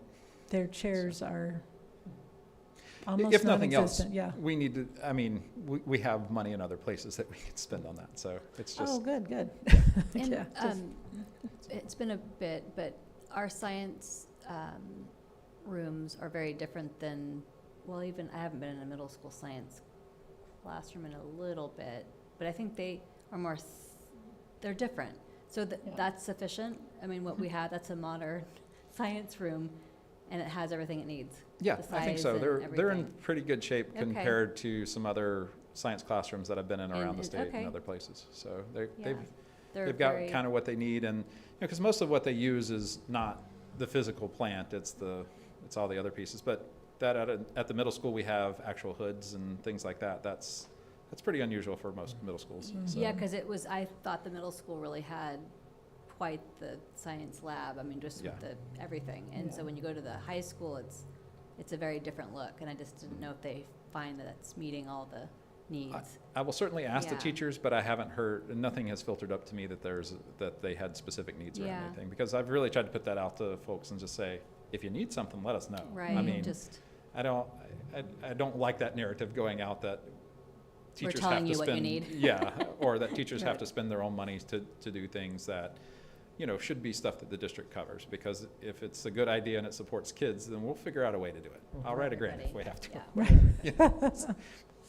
So, Okay, great. Any other questions? Okay, we'll move on to item 11.6, board policy and administrative regulations updates. alrighty. So there were a lot of them. There were. So I wanted to just let you know there's some options that are there. I actually went through and looked at a few of them, or actually not a few of them, looked at all of them.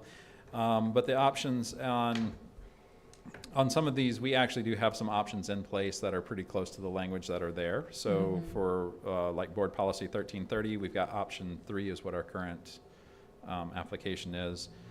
just the use Also, of facilities. yes, Okay. and then also for the exhibit on 1330, we can choose to delete that exhibit or not. It's kind of a form that is not quite what we use any longer Okay. for facilities use and whatnot. So on 3312, the BP, there are just the two options. I would recommend option 2 on that one.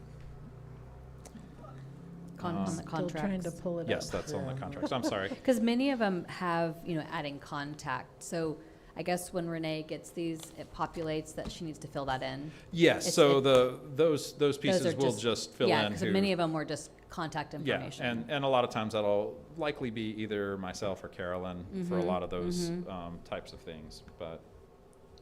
Can you repeat that board policy? I just got into that. Yes, so I would recommend on 3312, Okay, I gotta get down there. option 2. 46. Ah. Okay. It's page 46? Might- Not there's two different paging numberings here Yeah, I then. think I I- was going with the Google, but I could Okay, be wrong. gotcha. Let me I'm look. there. Okay, go ahead. I'm sorry.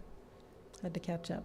And so what is it we're doing? So Option I'm 2. recommending option 2 there, Uh-huh. and I'm sorry, I'm trying to get there. I didn't take good enough notes on what they were, and that was yesterday that I was looking. What page, Mary?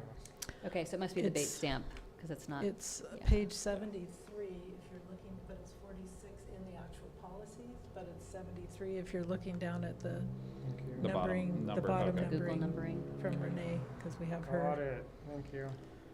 Okay, so basically what this is around the non-nutritious foods and beverages.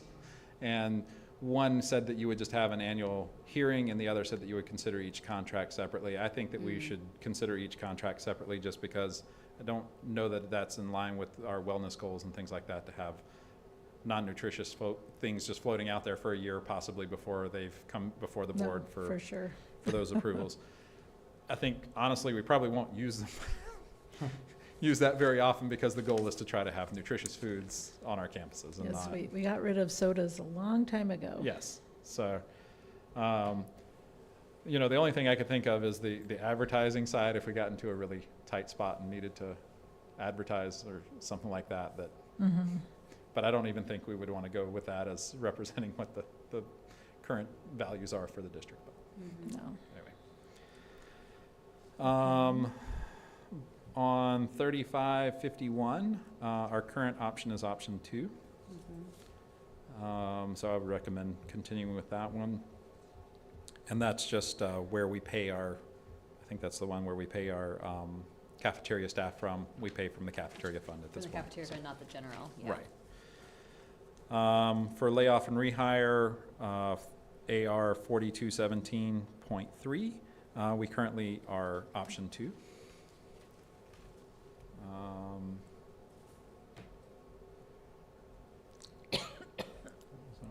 Let's see. This all is going to be much easier and whatnot when we get the gamut agenda It going, will, because we'll right? be able to just click into them and they take them into our, Instead of scrolling. Yeah, scrolling and trying to find, it's like, yeah. And so, like I say, option 2 on this one is what we currently have in place, because we do have agreements for our classified representation. That's basically what that one is saying. So we have to follow the law, and what our agreement says is basically where we go with that one. On to the second half of these. Most of these are fill in the blanks until we get to AR 1312.3.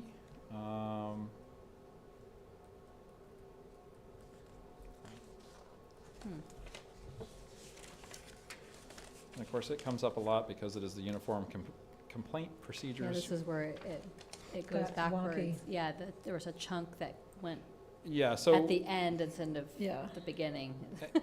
And I Maybe think it's by number. what happened with this was we had 2 different months where there were updates, whereas they typically would only do Okay. September, so they gave us a September and an October update. Okay. And so the chunks were by those 2 different updates as opposed to all Right. of them Gotcha. being together. That's why the date stamp 168. didn't Okay. Yeah. I can jive. see your What did you page say, numbers. 13? Let's- if you look at his page numbers up 1312.3. there. But again, it's one of the most referenced policies. Yeah, and most of those were It's come up quite a adding bit. contact. Yeah. So Okay, page 54. and that one is, Page 54. you said option 2? Yes, that's what our current practice is, and that's about the board choosing to hear The appeal. the appeals. So the board, it is within the law that the board could say, no, we don't want to hear any appeals to universal complaint procedures, but I don't know that that behooves the district or the board in that it doesn't provide that appellate level, basically. Okay. So, and the only other option was the very last one, 63.1.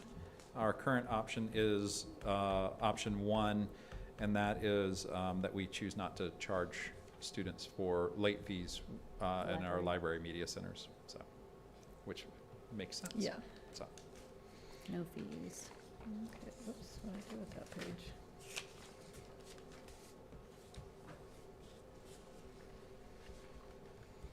Alrighty. Any questions about those? So the only one, I don't remember, well, the one question was the sufficiency of instructional material, which I think we did last month, or was that in August?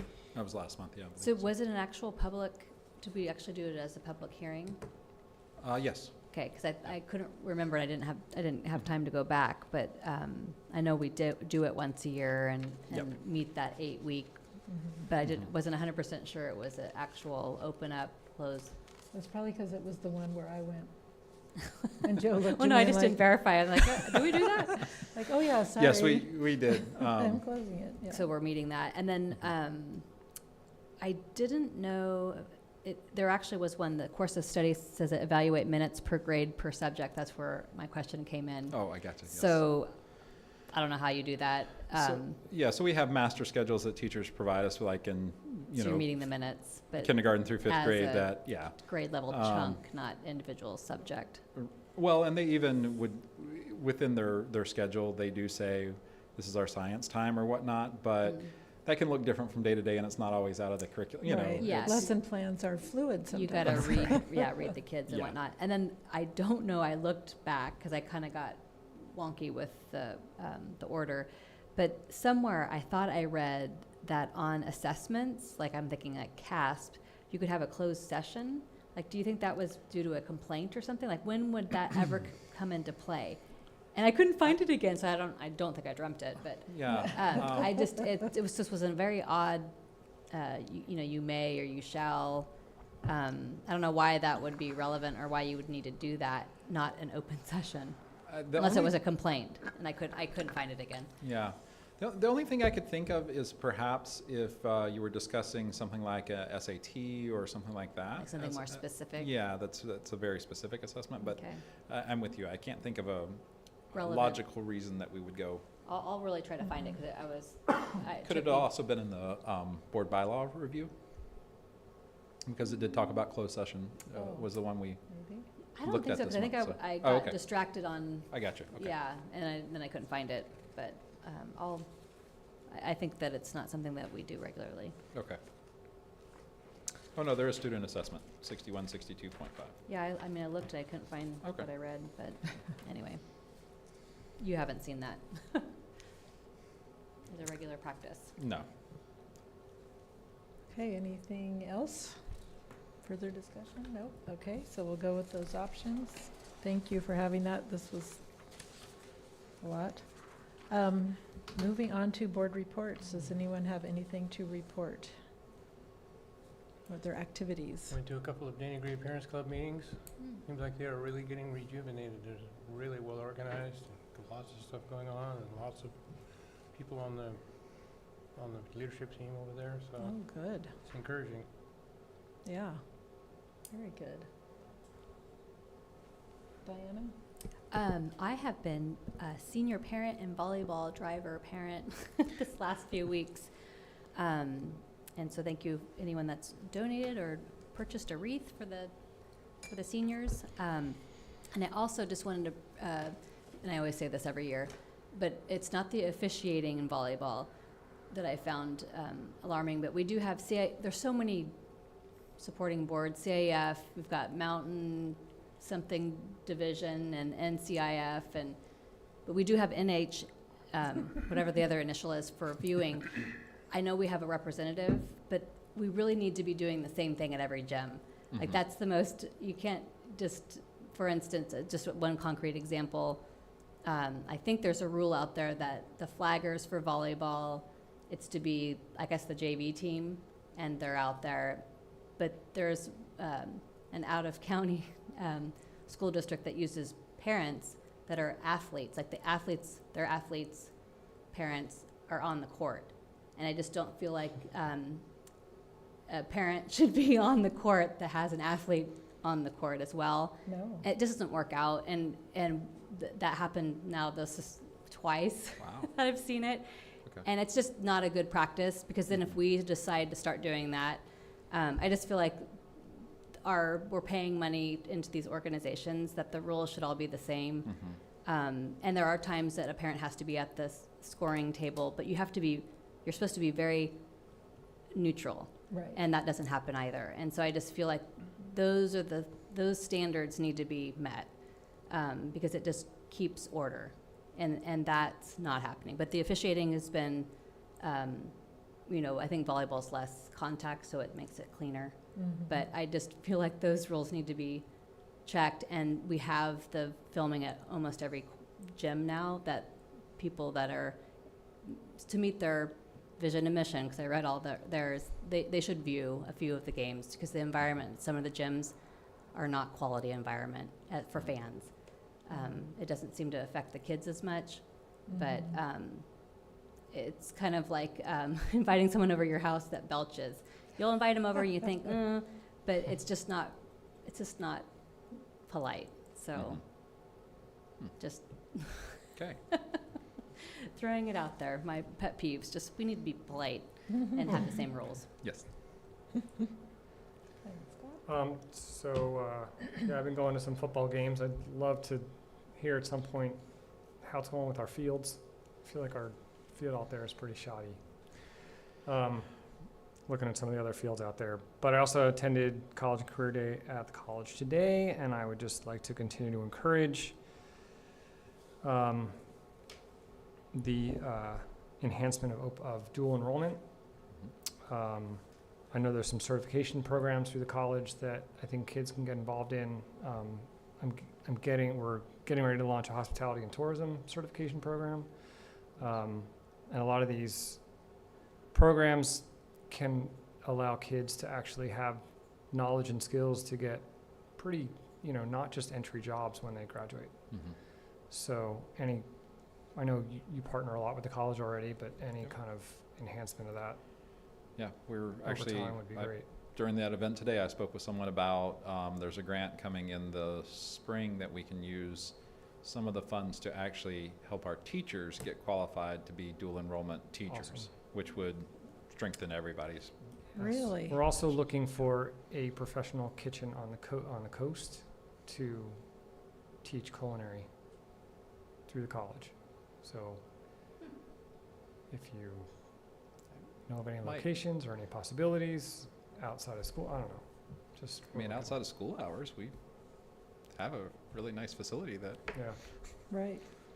A beautiful facility. Yes. And Amy is going to be teaching a dual enrollment course during the course of the day next year, Great. she said. Yeah. so. So, but yeah, that kitchen, actually, Mendocino College used that kitchen for a year Great. for adult classes, but they quit because they didn't get enough signups. But, yeah, it was, Nicholas was doing it. Mhm. And I have attended various things, but Joe and I met with Diana Ware about the science of reading, and that was exciting to hear about. It was nice to talk to somebody so passionate about and knowledgeable about all of the ins and outs of that. And it sounds like Joe and Lundy have gotten a good start on incorporating those things, so I think we're looking at a pretty rich program. And then I also went to the college and career fair today, and it was really fun and exciting. It was a great day, very sunny and beautiful, but the kids were really into it. They were asking good questions and getting information. And one lady I talked to, they just started the new program Puente. Have you heard of that? It's new this year, and it is physical therapy assistant program. And so high school kids can take two of the courses that are 1-unit courses. They're online, so they could get those 2 courses knocked out while they're in high school. Nice. And they can do the physiology and anatomy courses during the summer, can get Okay. that done. And of course, we can get free transportation. Right, yeah, they With can take the- the MTA. Yeah, it's the MTA. So, I mean, a student could finish high school and be well on their way to become a physical therapist, assistant, which is amazing. That's a great program. So anyway, it's brand new this year, so that was exciting. So nothing else. We'll move on to housekeeping reminders. A couple of things before we look into this list. Oh no, we have advanced planning, excuse me. So suggestions for future board meetings, sorry. I'm skipping things all over the place. We'll have the gamut training, So Renee, when she returns, will We'll send get- out, she's going to contact CSBA to see when they can do the Okay, training, get gotcha. a series of dates, and she'll send that out to us, and hopefully we find one that we can all Okay. do.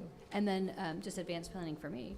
I wanted to call Wendy, so I was disclosing that I'll call her if that's okay. I had a couple of questions about the budget, and then I wanted to ask if we have been contacted from the county auditor that's auditing our county, and if it's that far reaching out, that they could come to us as well, because we're like I think on the second, I can say no. Yeah. I don't think we've Yeah, been so anyway, I was just contacted gonna- about that, but yes, absolutely. Yeah. Thank you. when she's better. Okay. Alrighty. Now I'll say, we had someone, now I'm trying to remember, I don't remember if it was Pilar or if it was Wendy or who, but had an email about the wellness committee, and they'd like to have a board member on that committee. I'm interested in doing that, but if somebody else wanted to do that, that is And we fine can have too. 2. I'm sure we can. Yeah, because I was on it prior, so I would love to periodically pop in. Okay. And I think it was on a Tuesday, I think, think or Monday they or didn't Tuesday. And I name usually the work day, until 4, so- but, so I may not be able to commit to every one of them. Okay, so, I was gonna Okay, say, I maybe- think it's on my calendar, but We could, so could you let whomever know to send us an invite? yes, it's Okay. Pilar, so, Thank you, if that's okay. yes. You guys? Yep. Uh-huh. Okay, and then also, I saw that the Coast to Coast Legislative Action information came out, and Mhm. people can start signing up for that. It's April 8th through the 10th. So start thinking if you want, if you're interested in doing that. So I and think is you that our spring break? That is our spring break, yes. Yeah, it seemed like that happened last year. Okay, Yeah, so that's, an overlap. It is. It's also when our 8th grade students will be in Washington DC. Which is amazing. And so I'm going to lean on CSBA and AXA to, their schedulers, to make sure that our students can get in, if we decide to do that opportunity, when we would meet with our representative. It would take a little coordination, but I think That's if I awesome. lean on them the right way, let's get them, I mean, that's powerful for those, Oh, yeah. those Kids to kiddos see. to be able Yeah. to do that. So, I'm That's amazing. pretty passionate about making that piece happen. If that's what we're going Right. to do, it'll make Yeah. the whole trip worth So it. you feel like that was worth? I think so. Yeah. Yeah, you- I think it would be that worth, big and benefit. Well, taking definitely the, with the kids, that's a no-brainer, but, yeah, but I think representatives from the board would also get, Yeah, Mhm. I'd love to go. yeah. I would too, but I don't Yeah. know, I don't want to bump anybody Yeah. else, so, We'll have to see as it gets closer. yes. so we can talk about that. Okay, so I just wanted to point those out, and of course, we're meeting Saturday, and I did send out an email Tuesday, because Renee is out of town. If you want to bring something, I'm going to bring a coffee cake and some grapes. And I'll Joe's bring, bringing I'll bring coffee. coffee, yep. I'm bringing my tea kettle and tea. Yep. So, And I'm gonna bring a frittata. okay, and a frittata, okay. So, sounds like we'll have plenty then. And if you all know what schools you're attached to, so I'm not going to go through the list. If you're able to make those things that are from your site, that would be great. And start thinking about what site for the next rotation. I know I've never been with Alted. Have you? There must be a school you haven't been with. Because it's our 5th year, it has to be, there's got to be Yeah. one. I think it's Redwood. Redwood, okay. All right. You've been Redwood before. I If have? you're the 5th year, you'd have met, well, So no, I Maybe you're never the have done sixth. Alted. I started with Alted. yeah. Maybe you just No. went to a Redwood. Danny Gray. Oh, okay. All right, anyway, just to think Right. about that, so. Yeah, I'm like, no, you've been to Redwood. I know, she has a encyclopedic mind. Excuse me, I can't even speak tonight, it's too late, no dinner. Encyclopedic mind. I remember weird stuff. No, you're amazing, you're like that one actress that can, what happened on January 14th, Not that good. 1998? It's at 2 o'clock. Okay, well, if there is nothing else, may I have a motion to adjourn? So moved. Oops, and a second? 1 second. All in favor? Yes. Okay, motion, or meeting adjourned.